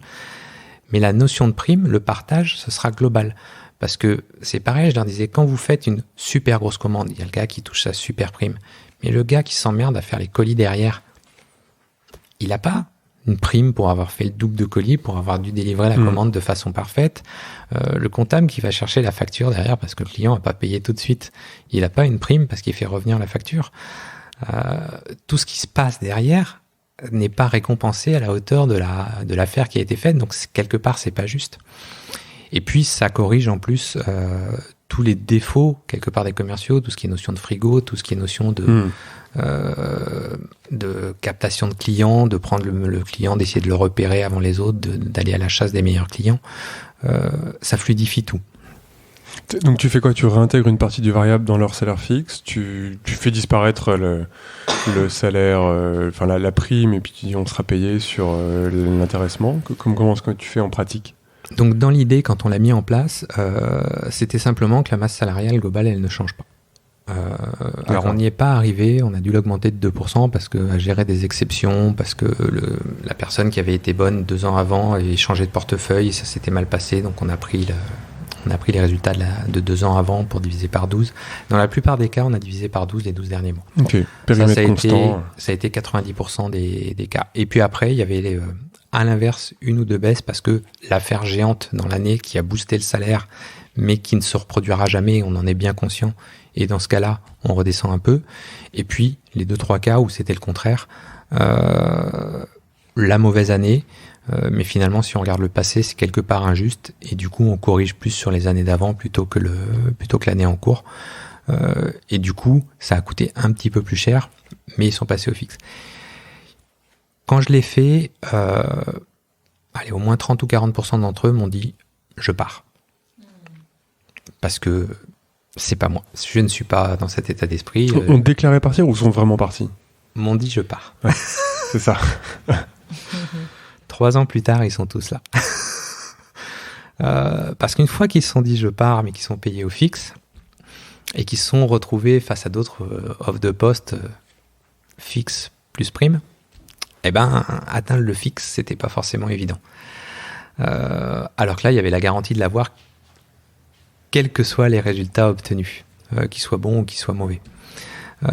Et du coup, ils sont tous restés. Et ils sont tous restés en travaillant, parce que c'est la deuxième question qu'on peut se poser, parce que le premier réflexe, certains me l'ont dit, c'est bon, je ne fous plus rien. Et si tu veux, on verra dans l'ambiance globale. Et là, tu rentres dans la catégorie des 3% décrits dans le bouquin de Gates, les activement désengagés, donc reste sur le bord de la route, quoi. Mais au final, ils font pas plus rien, parce que dans le quotidien, ils continuent. Ils sont quand même là, ils bossent. Ils continuent à travailler, à bosser, et puis ils rentrent dedans, et puis finalement, ils se rendent compte que c'est pas si inconfortable, et puis finalement, ils travaillent, et l'état d'esprit va même changer dans l'ensemble, puisqu'il n'y a plus cette compétition entre eux. Il n'y a plus ceux qui trichent, ceux qui font de la refacturation, enfin tous ces trucs qu'on peut faire pour essayer de... Et ça va détendre en fait l'atmosphère du plateau au global. Donc ça fait que du bien. Comment est-ce que... Moi, je pose quelques questions sur ces sujets-là parce que je sais que cette séquence-là qu'on est en train de tourner, je vais l'envoyer à pas mal de copains pour leur dire « Tu vois que ça marche ». Comment est-ce que tu traites les personnes qui sont les underperformers ou les personnes qui sont durablement pas à l'objectif, ou en tout cas l'ex-objectif que vous aviez? L'underperformer, il était déjà en fait underpayé parce qu'il vient d'un salaire avec prime. Cela dit, il y a dans l'équipe des choses qui se passent complètement différemment. C'est que maintenant, on a le temps de s'occuper de la personne d'à côté. On n'est plus en compétition dans l'équipe, on n'est plus à chercher le client, donc on va aider l'underperformer. Même le manager va passer dans cette position. D'ailleurs, c'est quelque chose que je leur ai appris. Je leur ai dit, en fait, maintenant, vous n'allez plus dire à la personne pourquoi tu n'as pas fait tes chiffres, mais qu'est-ce qui fait que tu ne fais pas tes chiffres? Comment on peut t'aider à progresser et pas mais t'as pas assez de clients, tu appelles pas bien tes clients. Non, on passe vraiment en position d'accompagnant. Il faut te faire progresser. Donc comment on fait pour que tu progresses? Qu'est-ce que quelqu'un dans l'équipe peut t'aider? Et il y a le temps, puisqu'il y a plus de course aux chiffres, d'aucun commercial. Et ça a été bon. Moi, j'ai eu une vraie surprise d'ailleurs là-dessus. C'est qu'en fait, quand j'ai mis ça en place, je me suis dit bon, ils vont prendre les affaires, ils vont plus se poser de questions. Il y a plus de prime sur la marge, il y a plus de prime sur le chiffre. Donc la marge, ils vont la lâcher. Non, la marge a monté. Et ça a été une vraie surprise pour moi parce que je m'attendais au contraire. Et en fait, ce qui se passe, c'est qu'aujourd'hui, ils se permettent de choisir leurs affaires, de choisir leurs clients. Et quand le client est un client qui ne vient que pour le prix, de lui dire non. On a des concurrents, il n'y a pas de problème. Et votre affaire, elle n'est pas rentable. Et quand l'affaire n'était pas rentable, autrefois, il fallait quand même un peu la ramener pour atteindre le chiffre à côté de la marge. Et aujourd'hui, si l'affaire n'est pas rentable, finalement, j'en ai pas besoin, donc je la laisse passer. Et donc, ceux qui ne cherchent que du prix, ils n'y vont plus. Et inversement, et c'était ça le gros focus que je leur avais donné, c'était de dire, et de l'autre côté, avec les autres clients, vous allez pouvoir être honnête. Parce que vous n'avez plus rien à chercher. Donc, vous allez dire ce que vous pensez. Et ça a été un débat d'ailleurs avec les différentes marques qu'on vend, parce qu'un des grands trucs dans l'informatique et dans d'autres secteurs, c'est que la marque vient sur le plateau et dit gros incentive aujourd'hui, si vous vendez notre produit, vous aurez une prime de temps à la fin de la journée. Et ça, c'est interdit chez nous. Il n'y a plus ce pouvoir des marques d'arriver sur un plateau et de dire il faut vendre tel ou tel produit. Et j'avais dit aux commerciaux, j'ai dit un jour c'est telle marque et vous allez appeler le client et lui dire il faut acheter ce portable, c'est le meilleur du marché. Et puis il va pas vous le prendre. Et puis 2 semaines après, il y a une autre marque qui arrive et vous rappelez le même client en lui disant il faut acheter celui-là, c'est le meilleur du marché. La semaine dernière, tu m'as dit que non, mais depuis il y en a un autre. Et je veux pas de ce discours. Ouais, tu passes en posture de conseil, en fait. Et ils passent exactement. Et ils vendent ce qu'ils pensent. Et c'est ce qui est très amusant, d'ailleurs, c'est que maintenant, globalement, ce qui va se passer, c'est que si tu appelles le commercial A, il va te vendre un portable et le B va t'en vendre un autre. Parce que l'un et l'autre vont avoir leur avis, qui est pas forcément le même, mais qui va être sincère. Et c'est ça qui est important pour moi. C'est pas ce qu'ils vont te vendre, c'est que ils soient sincères avec toi au moment où ils te vendent le produit. Parce que je sais qu'un discours sincère, ça s'entend. Et que 90% des clients, je vais les capter parce que on est honnête avec eux. Le prix dans notre équation, ça fait partie bien sûr du truc, mais plus le discours est sincère, plus on se sent bien conseillé et pas influencé par un prix ou une marge ou quelque chose, plus finalement on va revenir à cet endroit-là parce que c'est ça qu'on cherche. C'est ce qui fait qu'on retourne dans certaines enseignes, c'est que à un moment il y a le conseil. Et c'est ça que je cherche avec les équipes, c'est d'avoir ça. Les clients qui cherchent que le prix ne viendront plus chez moi, mais les autres auront tout ce qu'ils recherchent. Et ça marche. Et le bilan d'ailleurs à la fin, c'est que ça marche. C'est-à-dire que il y a une fidélité des clients qui est accrue et accrue parce qu'en face d'eux, il y a des gens honnêtes qui ne cherchent pas à vendre. Alors je dis pas que les commerciaux avec prime sont tous malhonnêtes, c'est pas vrai, mais que globalement, il y a plus du tout cette pression dans l'esprit des miens qui fait que à tout moment ils diront la vérité. Et tu disais tout à l'heure, à certains endroits de l'organisation, on a des leaders, à d'autres des directeurs. On a laissé les gens se transformer progressivement. Là, les 2 modèles cohabitent encore et arrivent à cohabiter sans dégrader la confiance. Alors, les 2 modèles cohabitent, c'est-à-dire que j'ai des endroits, j'ai encore des directeurs, j'ai des endroits, j'en ai plus. Par contre, tous ceux qui sont restés sont dans le mode. C'est-à-dire que j'ai plus de directeur ou de manager contrôlant. Ils pourraient être leaders. Ça poserait pas de problème. J'aurais peut-être, s'ils étaient pas là, un niveau hiérarchique en moins. Mais en tout cas, ils ont pris la posture de l'entreprise. Donc à partir de ce moment-là, moi, j'ai pas intérêt à faire bouger les choses. Tout ce que je demande, c'est que la boîte tourne. Si les gens s'y sentent bien, je vais pas changer les choses. Quelle différence tu fais aujourd'hui entre le leader et le directeur ? Le leader, il écoute ses équipes, il les fait grandir. Il est pas en mode... c'est pas lui qui décide au final. Il organise à la limite, parce que quelque part, c'est pour ça aussi qu'il est choisi quand il est leader. C'est ce côté être capable de représenter, être capable d'organiser, être capable de gérer le conflit dans une équipe. Et ça, il y a besoin de personnes qui savent le faire. Et s'il a ces qualités-là, c'est un bon leader. Après, il n'est pas, c'est pas lui qui décide, c'est pas lui qui a le dernier mot. Il peut suggérer, et plus les équipes vont avoir confiance, plus il y a de chances que sa suggestion soit prise. Mais c'est la même chose pour n'importe quelle personne de l'équipe finalement à partir de ce moment-là. Mais le leader a toujours un petit peu ce pouvoir en plus parce que quelque part quand il a été désigné par l'équipe, c'est parce qu'il avait cette qualité souvent. Donc finalement, il garde un petit peu de ça. Mais si à un moment il doit être remis en question, ça fait partie du jeu. Et c'est pas, ça m'est arrivé il y a pas longtemps. J'avais un projet en tête et on m'a dit non et j'ai fait OK. Bon, dans ma tête, je suis resté convaincu que c'était une bonne idée. Et pour l'instant, personne n'a suivi. Je reviendrai peut-être un jour avec. Ouais. Elle est dans un tiroir, le tiroir de monde qui est ouvert. Non, mais après j'ai d'autres idées, donc j'ai le temps de m'occuper avec d'autres en attendant. Mais voilà, il faut savoir aussi accepter qu'à des moments, ça passe pas. Mais c'est pas grave, ça n'empêche pas d'avancer. Et puis, ça donne surtout beaucoup plus d'écoute à ceux qui, jusque-là, ont des idées et le sentiment qu'on les écoute jamais. Parce que du coup, on va écouter les idées des autres.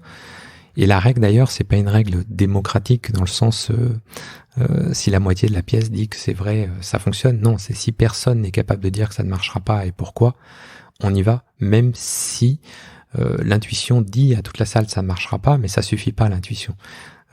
Il faut un truc concret qui fait que ça bloque le projet. Et quand tu dis que tes leaders sont désignés par l'équipe, c'est une désignation, c'est quoi ? C'est un vote sans candidat ? Exactement.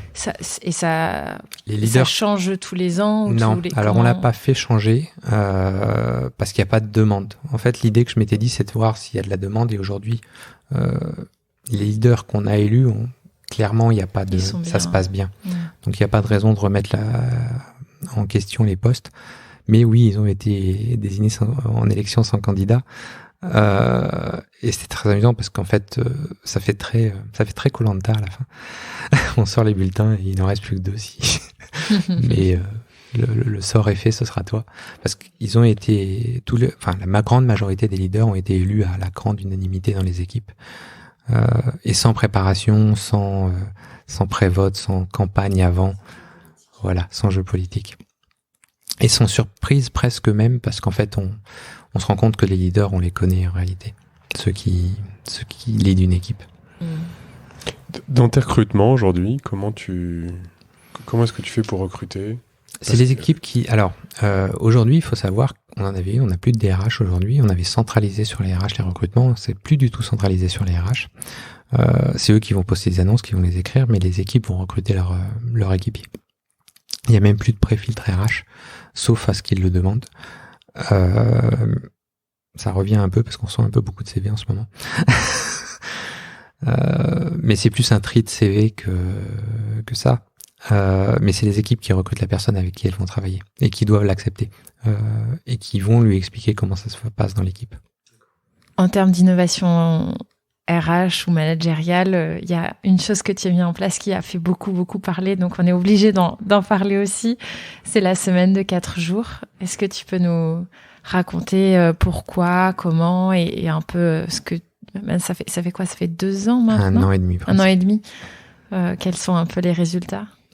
Alors, la semaine de 4 jours, c'est arrivé comme un cheveu sur la soupe, même sur mon bureau. C'était un jour, je lis un article, il s'était posé sur mon bureau un article qui parlait de Microsoft, qui avait testé la semaine de 4 jours, qui avait offert le vendredi à ses équipes pendant le mois d'août 2019, et s'était rendu compte qu'il y avait 40% de productivité en plus. Ils n'ont pas continué l'histoire, ça s'est arrêté là chez eux. Mais en fait, ce qui s'est passé, c'est que ça m'a planté la graine de la semaine de 4 jours dans la tête. Parce que j'y avais absolument jamais pensé avant. Et je me suis dit, mais ça, en fait, ce serait génial pour les équipes. Puisque dans le rythme de travail qu'on a aujourd'hui, c'est compliqué de se reposer dans la semaine. Finalement, on n'a que le week-end pour se reposer. Et en vrai, on n'a même pas le week-end parce que le samedi, on va faire tout ce qu'on n'a pas eu le temps de faire dans la semaine. Donc, on fait le samedi, on fait les courses, la gestion de tout ce qu'on a à gérer. Et puis arrive le dimanche. Et le dimanche, on se vautre, on laisse le dimanche passer et on recommence la semaine. Et c'est une semaine de 5 jours qui repart. Et du coup, en plus, on déteste le dimanche. Bien souvent. Et en fait, le dimanche, c'est le truc où on a le temps et c'est la veille du lundi et c'est déjà fini dans la tête. Et en fait, je me disais, bon, si tu donnes un jour aux équipes, la question se pose pas, ce sera bien pris. Pour moi, c'était une évidence. Il y avait même pas de sujet là-dessus. Il y en aura peut-être quelques-uns qui te diront, je suis pas d'accord.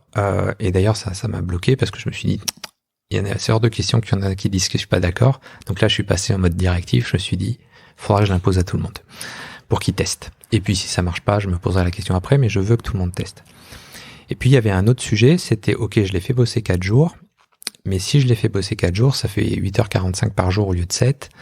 Moyenne d'âge de la boîte, c'est 33 ans. Je me dis, waouh, les enfants, gérer tout ça, ça va être galère. Et je pense que ça risque d'être mal accueilli sur une partie du truc parce que il va falloir gérer les enfants. Donc, tu oublies les 8h45 et tu prends que 8 heures par jour, soit 4 x 8, 32 heures. Donc, tu baisses le temps de travail. Nouveau problème, si je baisse le temps de travail, je perds de la productivité. Il me manque des heures à la fin du compte. Et là, je pose le problème très concrètement sur le bureau et je me dis, bon, les gens qui sont dans les bureaux, les 3 heures par semaine, entre le vendredi après-midi où ils en bossent 1 sur 2, et tous les trucs qu'on fait toute la journée à chercher un truc pour perso ou autre qui fait partie du truc, hein, même moi je le fais. Ces 3 heures, si je leur enlève, finalement, je devrais pas trop perdre en productivité dans les bureaux. Par contre, il y a des endroits où ça va être incompressible. La logistique, ils vont pas bosser plus vite. Les boutiques et la relation client, c'est des temps d'ouverture face à des clients. Donc on parle pas d'heures travaillées, mais de temps d'ouverture à tenir. Donc là, forcément, je vais perdre. Et je chiffre le truc à 4-5% de la masse salariale en me disant, du coup, ça va te coûter 1 million, 1,5 million. Et la boîte est sur un EBITDA à 10 millions d'euros à peu près, à l'époque. Donc je me dis, bon, c'est 10% de l'EBITDA, mais si ça apporte du bien-être aux gens, il n'y a pas de raison de pas le mettre en place. Et de la même façon, mon milliard au départ, où si les gens sont bien, de toute façon, le chiffre reviendra, je me dis, quelque part, je suis sûr que tu t'y retrouveras. Donc il n'y a vraiment pas de raison de pas y aller. Et puis, du coup, je pars avec ça en me disant, je vais attendre les prochaines NAO, négociations annuelles obligatoires, pour l'annoncer. Et donc, on était en décembre 2019. J'en parle à mon frère. Alors, sur ce coup-là, plus facile à convaincre. Il me dit, oui, t'as raison. Ça doit être positif. Bon, c'était assez simple. Ça a duré une demi-heure, même pas, d'en parler. Donc, on y va et on n'en parle à personne. Et donc, arrivent ces négociations annuelles. On fait les négos habituels. Ça, augmentation de salaire, les 2-3 trucs qu'on me demande en plus chaque année. Et à la fin de la réunion, on se dit, bon, ok, on est d'accord. Je dis, il n'y a plus de questions, on a parlé de tout. Ok. Moi, j'ai un truc. Je fais, oui, Laurent. Donc là, en mode, qu'est-ce qu'il va nous dire? J'aimerais qu'on signe un accord 4 jours, 32 heures. Ok. Tu vas nous baisser notre salaire. Où est le loup? J'ai eu 2 questions immédiates. Et le salaire, il bouge pas. Je maintiens les salaires, il n'y a pas de raison de pas bouger. On teste combien de temps? On teste pas. On y va. On signe. On signe. Et à partir de ce moment-là, si vous me dites pas, on doit revenir en arrière, on ne reviendra pas en arrière. Ok.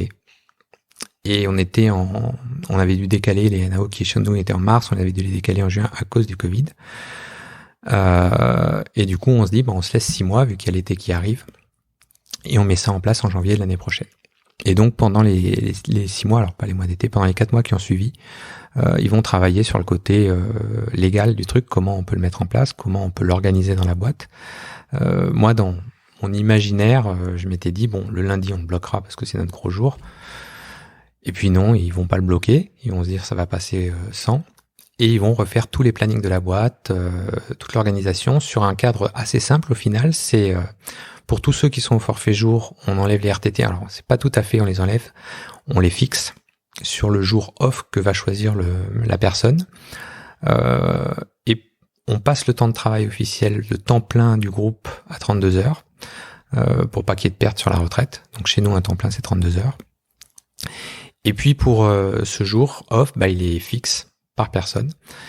Et comme la majorité des gens veulent le vendredi ou le mercredi, on décide que pour que tout le monde ait accès au moins une fois au jour qu'ils veulent, on travaille en binôme pour beaucoup de groupes. C'est-à-dire qu'en gros, semaine paire, c'est le vendredi pour toi, semaine impaire, c'est l'autre. Et comme la boîte doit fonctionner normalement, l'autre semaine, vous aurez le mardi, le jeudi, le lundi, le mercredi. Enfin, on va faire osciller ça.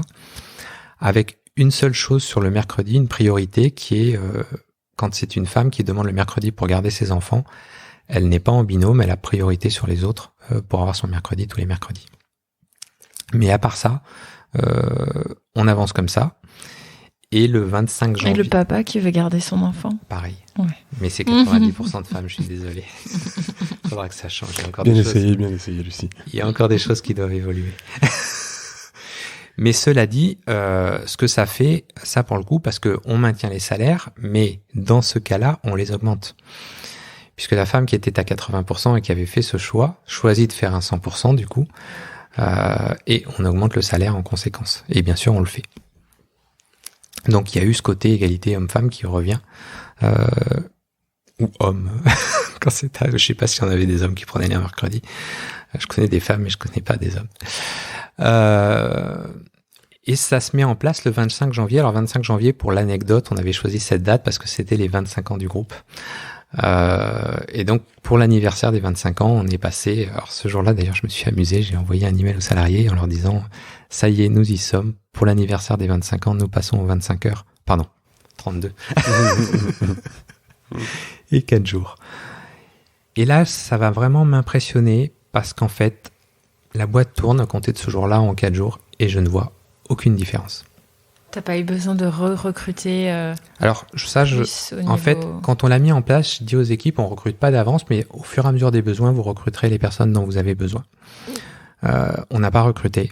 Mais surtout, la boîte fonctionne instantanément normalement. Je ne vois pas, je me rends pas compte que ma boîte fonctionne 4 jours, que les gens viennent 4 jours par semaine. Tout est normal. À une exception près, je reçois régulièrement un mail, je suis off aujourd'hui. Mais à part ça, il n'y a pas de différence, la boîte tourne. Et l'impact sur tes équipes? Alors l'impact, en instantané, il faut dire, il y a plusieurs étapes. Il y a le moment où on l'annonce. J'ai fait un post sur LinkedIn où c'est le premier post où j'en parle, où j'ai recopié le message que j'ai envoyé en interne aux salariés parce qu'en fait, ça part dans tous les sens. Quand la réunion des négociations se termine, personne ne savait. Là, d'un coup, ça part en fusée dans la boîte. Laurent a annoncé qu'on allait passer aux 4 jours 32 heures. Et là, ça part dans tous les sens. J'ai des managers qui viennent me voir avec il y a 3 trucs principaux qui sont revenus vers moi. C'est comment on va gérer les plannings. C'est ingérable en 4 jours. C'est Laurent, ça ne me concerne pas, j'espère.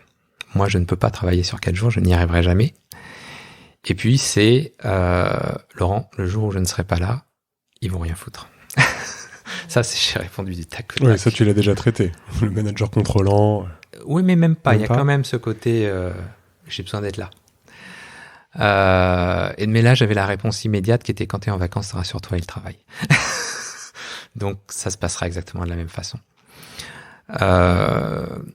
Mais du coup, il y a cette crainte surtout de ceux qui se disent, en fait, il y a une peur, et qui est sans doute liée à l'époque des 35 heures, qui est en fait, c'est super ce qu'il met en place, Laurent, du côté manager, mais tout le travail va me retomber dessus. En fait, il est en train de décharger les gens en dessous qui vont me pousser le travail vers moi. Et donc, il y a cette peur d'un côté il va surcharger mon travail à moi. Ou alors, de toute façon, j'en ai tellement que je n'y arriverai pas. Et là, je leur dis, mais ça veut dire que tu délègues pas assez. Et qu'il va falloir apprendre à déléguer un petit peu plus.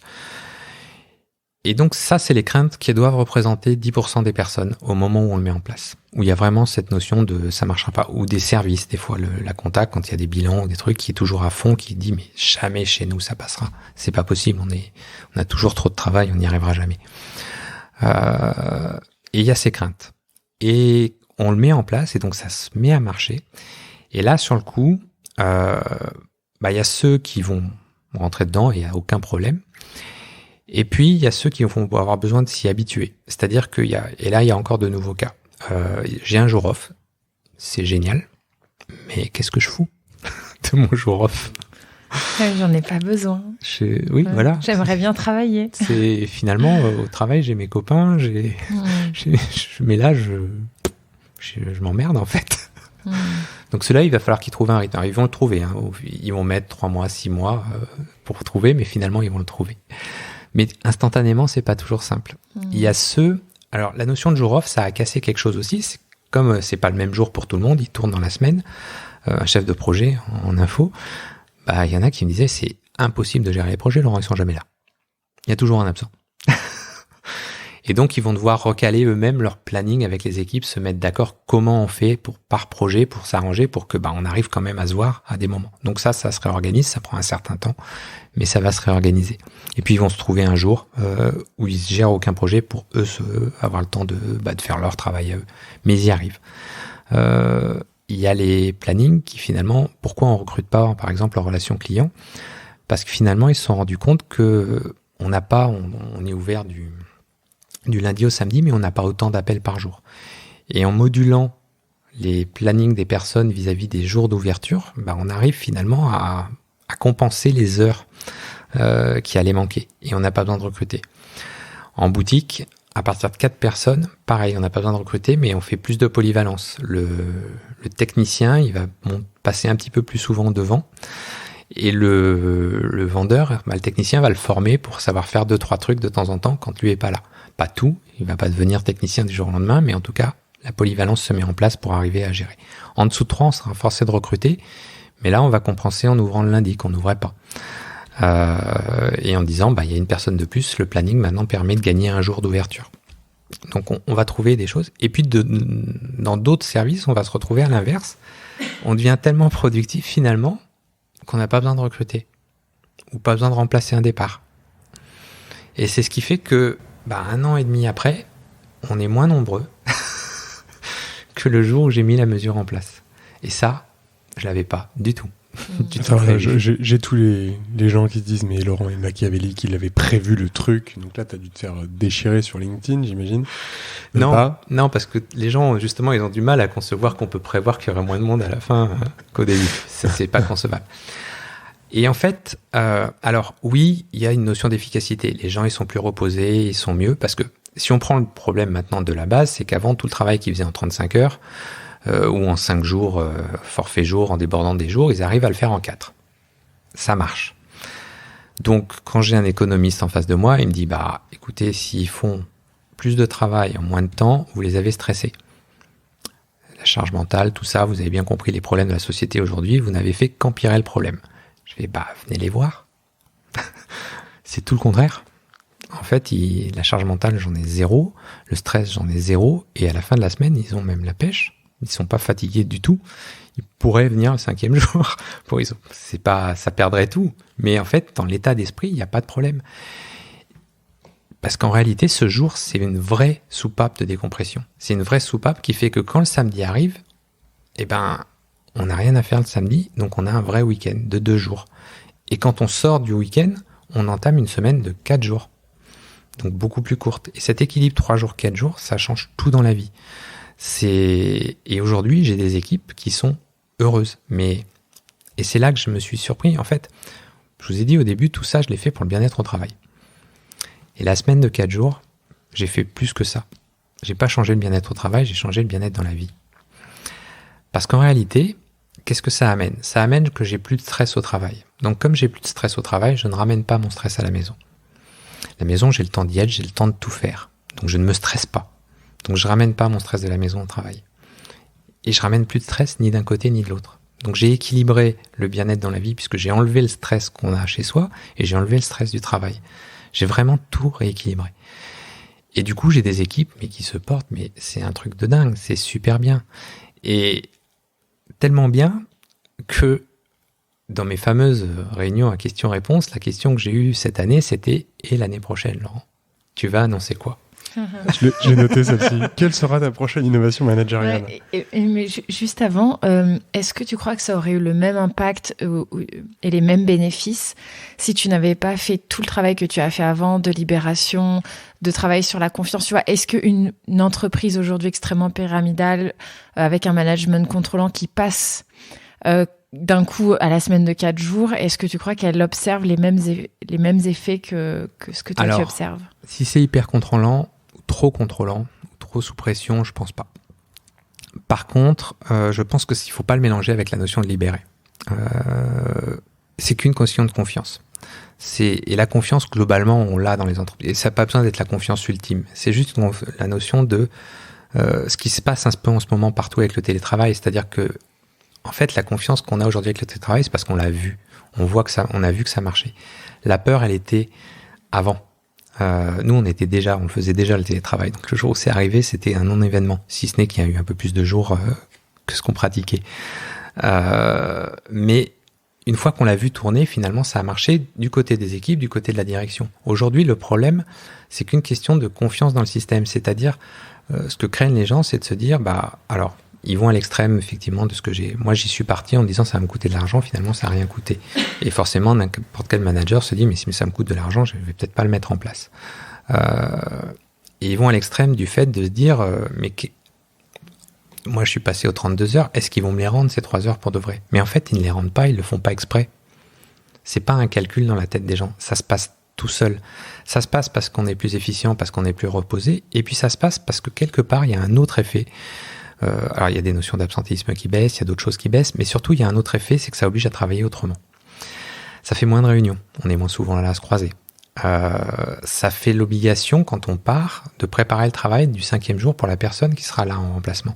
Donc, une meilleure organisation du travail, qui se fait toute seule, sans se forcer. Et ça change les modes de fonctionnement de l'entreprise en positif.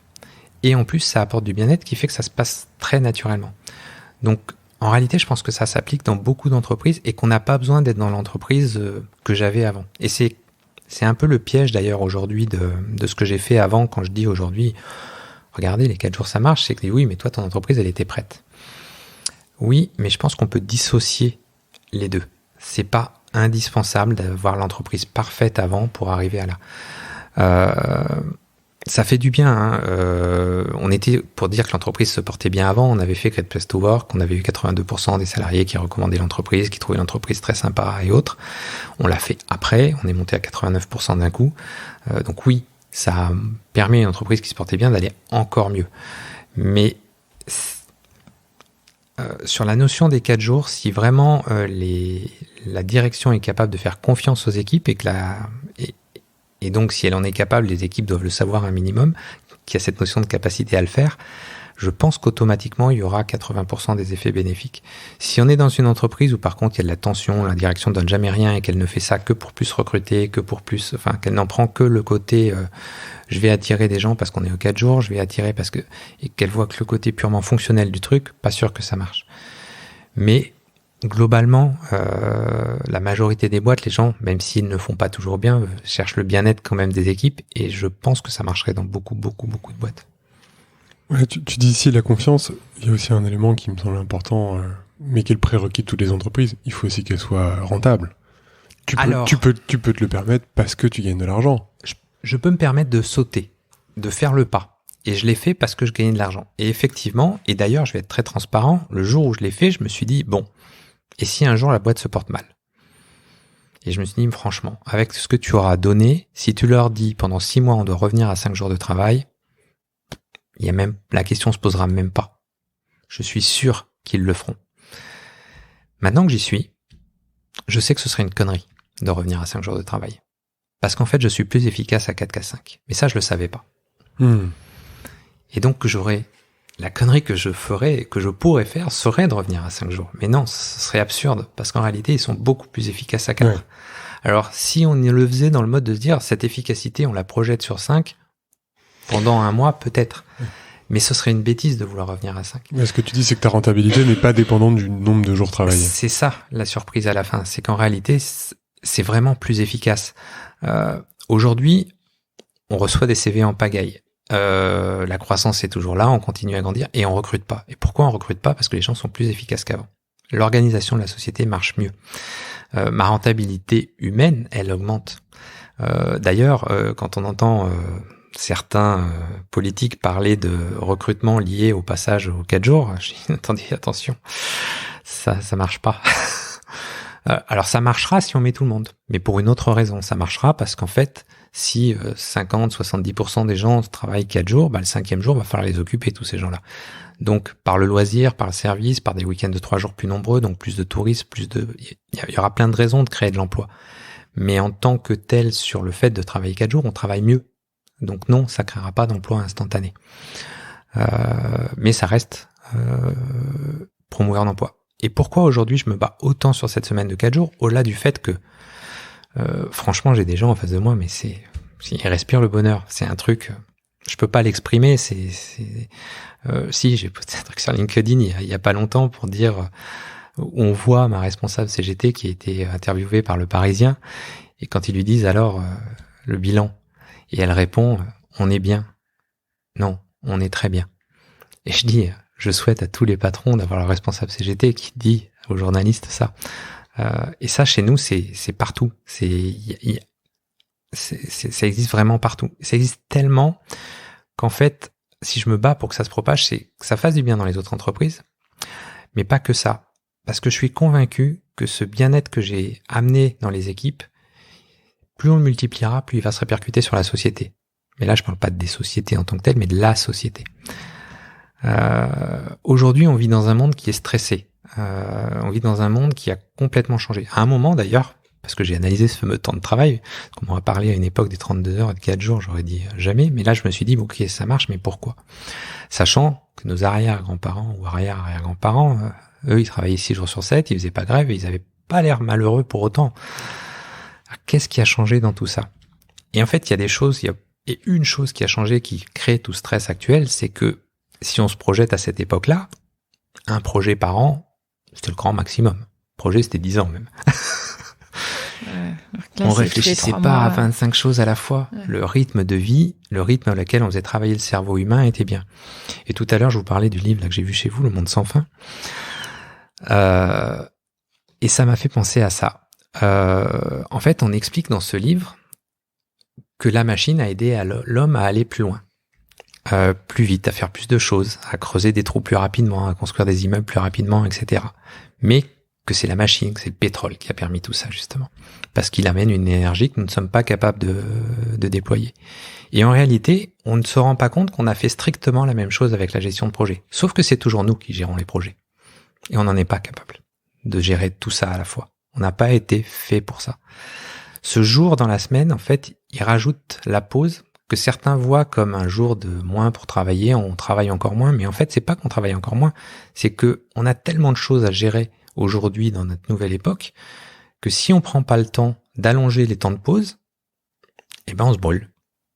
On fait du burn-out, on fait tout ce qui va pas, tout ce qui va avec. Parce que notre corps n'est pas constitué pour gérer 25 projets en 3 mois, et en multiples, sans prendre le temps de repos qui va avec.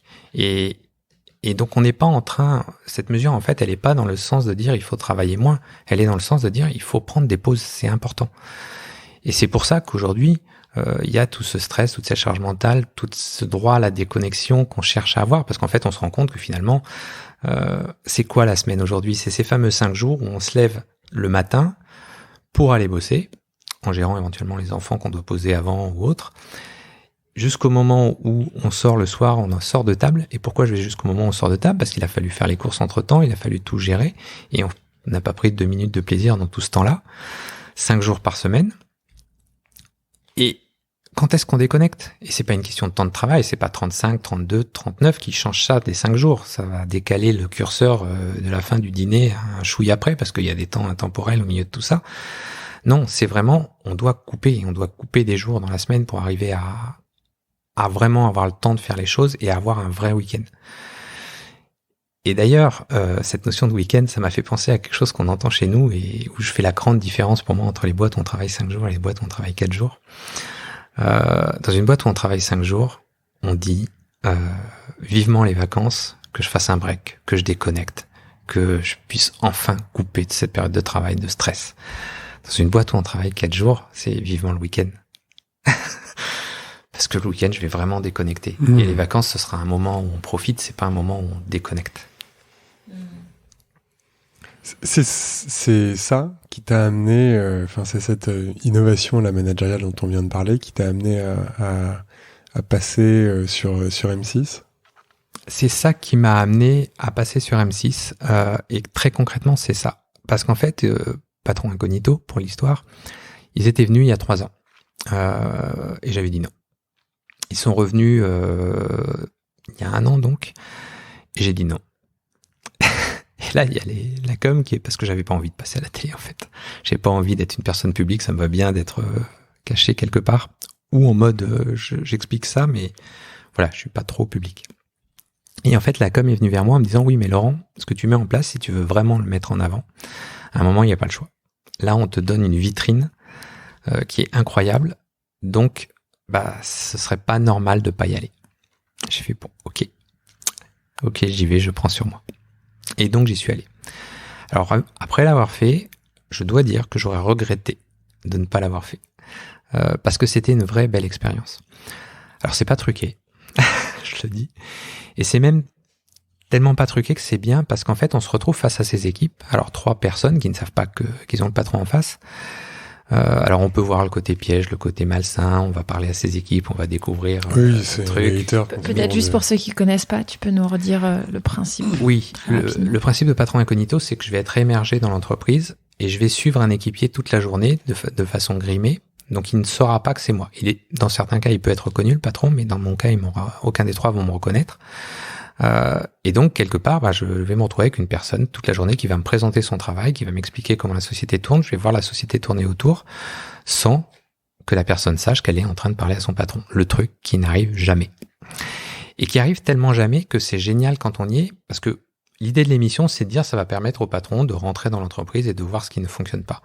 Mais ce qui est le plus beau dans cette histoire, quand on est à cette place-là, c'est qu'on va parler à ces équipes de façon totalement transparente. Parce qu'on est ni le patron, ni quelqu'un de la boîte.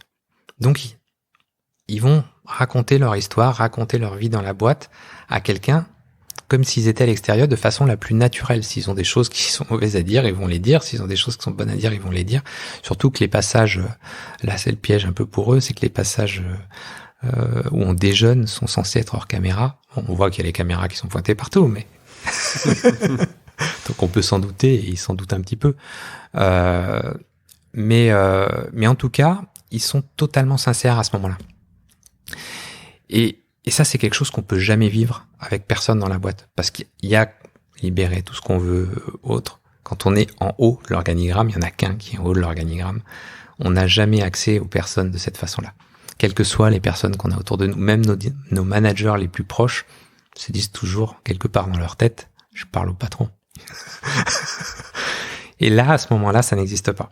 Et ça, c'est magnifique parce que quand ils nous racontent l'entreprise, quand ils me disent le patron est fou, c'est Vanina à un moment qui me dit mais ce patron il est complètement fou parce que il est venu nous voir dans des réunions et il nous explique qu'il vient de fermer l'Espagne, que ça a coûté 6 millions à la boîte, qu'il avait fait une connerie, qu'on a le droit de faire des bêtises. Et en plus de ça, il nous dit qu'il va nous mettre une augmentation.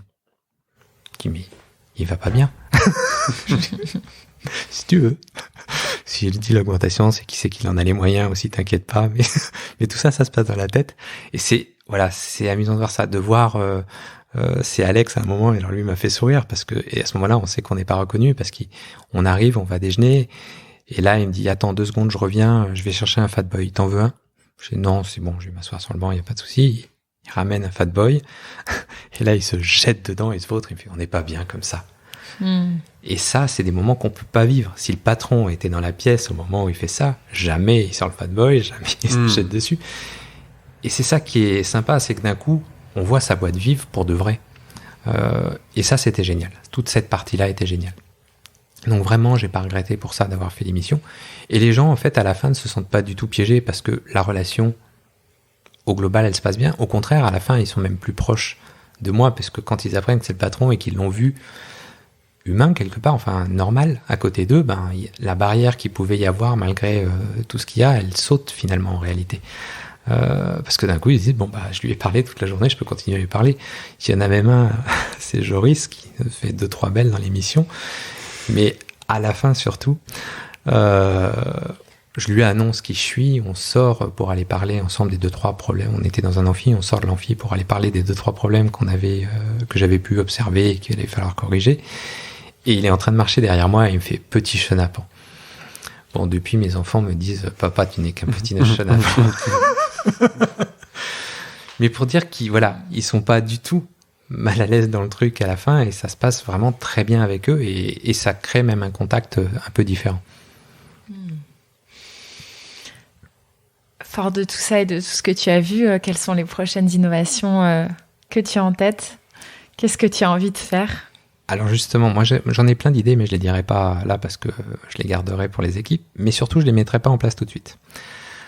Et c'est une question qu'on m'a posée régulièrement de dire, Laurent, qu'est-ce que tu feras l'année prochaine? Et là, pour le coup, je leur ai dit, je ne ferai rien. Ils m'ont regardé, genre, toi, Laurent, tu ne feras rien? J'ai dit, bah oui. Et la raison, elle est toute simple. C'est que quand je vois le bonheur qui transpire de vous, ce qu'on vit, on n'a pas le droit d'être les seuls à le vivre. Donc, maintenant, le travail, ça va être de convaincre les autres de bouger dans notre sens. Et même si je sais qu'on peut aller plus loin, si on va plus loin, on est déjà un ovni.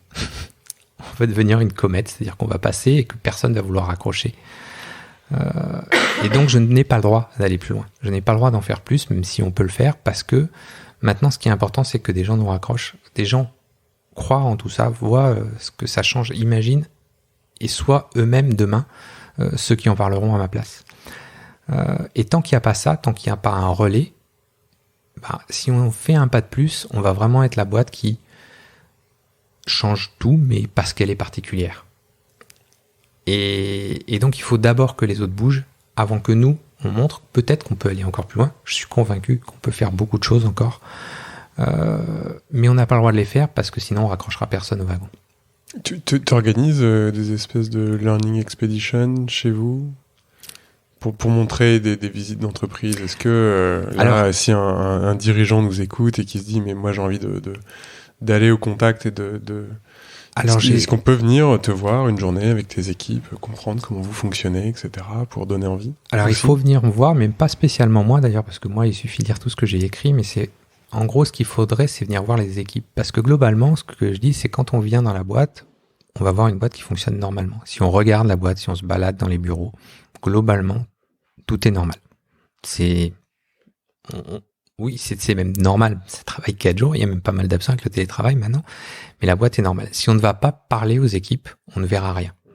C'est simplement de prendre après n'importe qui au hasard, mais vraiment au hasard, pour se rendre compte que chacun va raconter la même chose, c'est-à-dire ça a changé ma vie. Et jamais, pour rien au monde, je reviendrai en arrière, sauf si j'ai pas le choix, parce que je change de boîte, parce que mon conjoint part et que je dois le suivre. Mais de base, j'ai pas envie. Et d'ailleurs, ceux qui partent, je leur dis, soyez ceux qui vont convaincre d'autres boîtes de changer, en leur expliquant ce que vous avez vécu, parce que c'est important. En fait, la boîte est tellement normale dans le fonctionnement que ça ne se transpire pas. Par contre, oui, si on croise les gens, si on les a à table, si on discute avec eux, si on se retrouve au resto avec eux, là, ça va être... il suffira de parler 5 minutes avec eux pour comprendre. Et c'est ça qui est important. C'est surtout croiser les gens et leur parler. Parce que sinon, c'est quelque part le truc un peu frustrant. Et c'est ce qui m'a un peu frustré d'ailleurs dans l'émission Patron Incognito. C'est que, à un moment, heureusement, Vanina, là, que je suis au repas, me dit c'est génial, on travaille 4 jours et m'explique pourquoi. Parce que sur le reste, concrètement, on voit des gens qui travaillent, qui sont bien au travail et autres, mais on voit pas plus que ça. Oui, ils sont bien. Peut-être mieux qu'ailleurs, mais on sent qu'ils sont bien. Mais c'est en leur parlant qu'on s'en rend vraiment compte. Je vais prendre un cas concret. On a un journaliste de Mediapart qui est venu nous voir. Et je me rappelle quand il est venu, la com m'a dit il veut voir qui il avait envie de voir, Laurent. J'ai fait oui, et où est le problème? D'habitude on oriente un peu sur les personnes qui ont envie de parler. Là, peut-être qu'ils n'auront pas envie de lui parler. Je dis mais laissez-le aller voir qui il veut. Il n'y aura pas de surprise. Et du coup, il a été lâché dans la boîte et il allait parler à qui il voulait. Et quand il est revenu me voir à la fin, je lui dis bon alors, est-ce que vous avez trouvé un loup dans le système? Et bah non, il y a rien à dire. Même la CGT vous aime. Et je lui fais bah oui, je sais qu'il n'y a pas de loup. Il me fait vous voulez pas être président? Je fais non, ça fait pas partie de mes ambitions. Il me fait alors ministre du travail. Je fais non, c'est bon. Je vais tout faire pour promouvoir le système, mais non, j'ai pas prévu d'aller là. Et là, on a beaucoup parlé d'impact social sur les équipes internes. C'est l'écologie interne finalement à ton organisation. Est-ce que tu réfléchis, est-ce que tu fais des choses pour l'impact sur la planète, enfin sur le vivant de ton entreprise, après avoir pris soin des gens? Il y a un truc... Alors, ce que j'ai fait des choses positives, parce que les gens n'ont pas besoin de venir et économisent un jour de trajet déjà. Et puis, c'est pas parce qu'ils vont faire les courses ce jour-là, ils les auraient fait le samedi de toute façon. Donc, il y a des impacts. Après, il y a un gros défaut, et ce que je déteste dans ce que je fais, c'est que je vends des produits qui viennent à 100% de Chine. Et donc je peux pas changer les choses globalement, si ce n'est essayer. On est en train de travailler sur des projets pour donner une seconde chance de vie aux produits, etc. Mais je me suis retrouvé d'ailleurs une fois sur un séminaire avec la question, on m'a dit qu'est-ce que tu fais pour que globalement pour vendre moins de produits techniques ou autres qui sont finalement pas positifs pour l'environnement. Et j'avais répondu quand est-ce que vous arrêterez de changer de téléphone tous les ans? Parce que moi, je vais pas vous dire qu'économiquement ça ne m'arrange pas, mais ce contrôle-là, il est de votre côté. Donc il y a ça aussi, c'est-à-dire qu'à un moment il y a une prise de conscience. On est devenu, je vais nous reprojeter il y a quelques années. Et moi je me rappelle quand j'étais enfant, des jouets au rayon jouets, il y en avait pas 50 000. Ils existent toujours, ceux qui existaient à l'époque, mais depuis, il y en a tellement autour que quand je vois le mode de consommation de nos enfants aujourd'hui qui prennent un jeu et qui jouent une fois, 2 fois, 5 fois avec et pliés au suivant, et du coup, il y a cette tendance à vouloir en racheter. On a complètement changé de mode de consommation et peut-être qu'à un moment, c'est à nous d'apprendre à consommer moins. Pas d'être régressiste ou autre, mais juste de ne pas être boulimique de consommation. Et c'est vrai sur ce que je vends et c'est vrai sur ce que sur beaucoup de produits qu'on achète aujourd'hui. On a l'impression qu'on doit tout acheter et jeter, changer, alors que ça fonctionne. Donc c'est plus là-dessus qu'il faut qu'on change tous un peu de mentalité. Et puis quand on peut, parce que ça aussi c'est vrai, je me rappelle du frigo de mes grands-parents qui avaient 25 ou 30 ans, qui était increvable. Il n'y avait pas besoin de le réparer.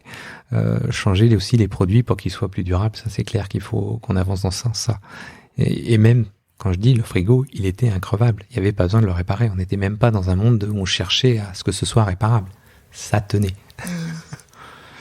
On a parlé beaucoup de la littérature tout à l'heure, des bouquins de Goethe, etc. Est-ce que dans ce que tu as pu lire, ou même le livre, là, le Monde sans fin, là, qu'on a à côté de nous, est-ce que dans ce que tu as pu lire, il y a un livre qui t'a marqué ou un livre que tu conseilles? C'est compliqué. Compliqué parce que j'en ai lu beaucoup dont j'ai oublié les titres. Je vais revenir sur un des sujets parce que c'était amusant parce que c'était le plus clivant. Quand j'ai posté sur LinkedIn sur les primes, autant quand je poste sur les 4 jours, c'est amusant parce que personne vient me dire je suis pas d'accord.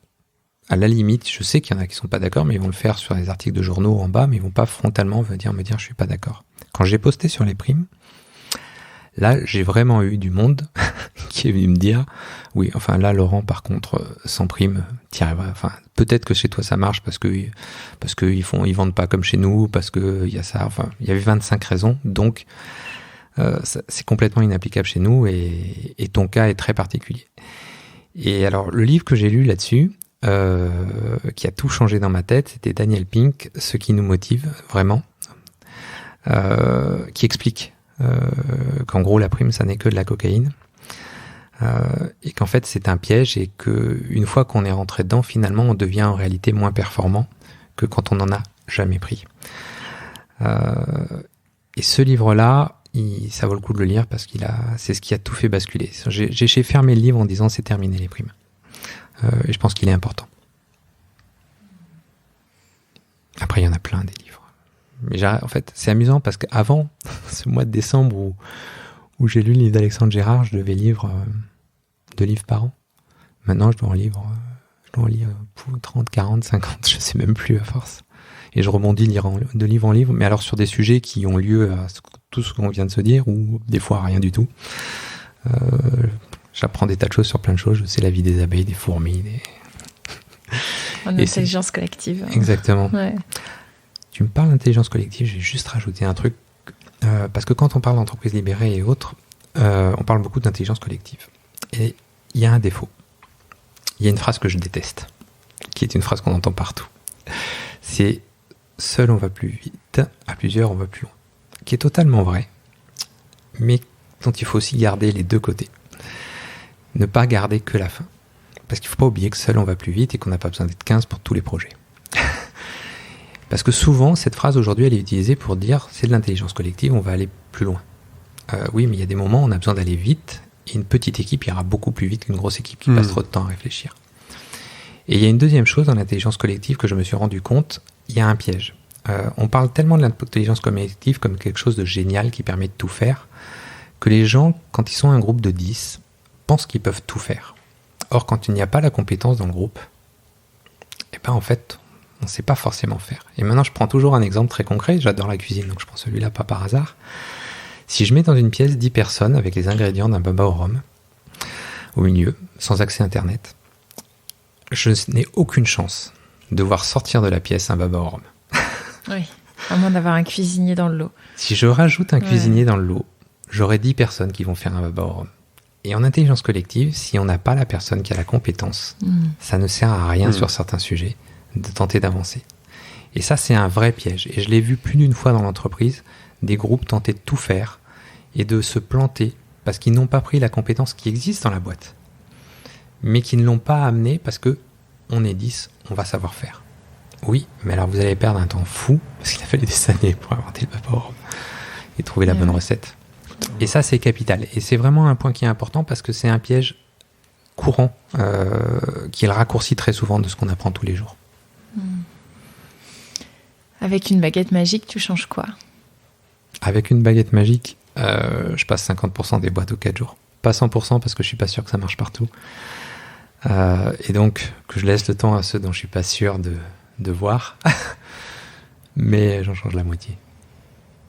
Est-ce que tu as un dernier message à passer aux irréductibles là, qui nous écoutent et qui, depuis 1h30, se disent « Non, mais pas chez moi, ça peut pas fonctionner chez moi. » Et on n'a pas encore la baguette, la magique, donc est-ce que tu as un dernier message à leur passer ?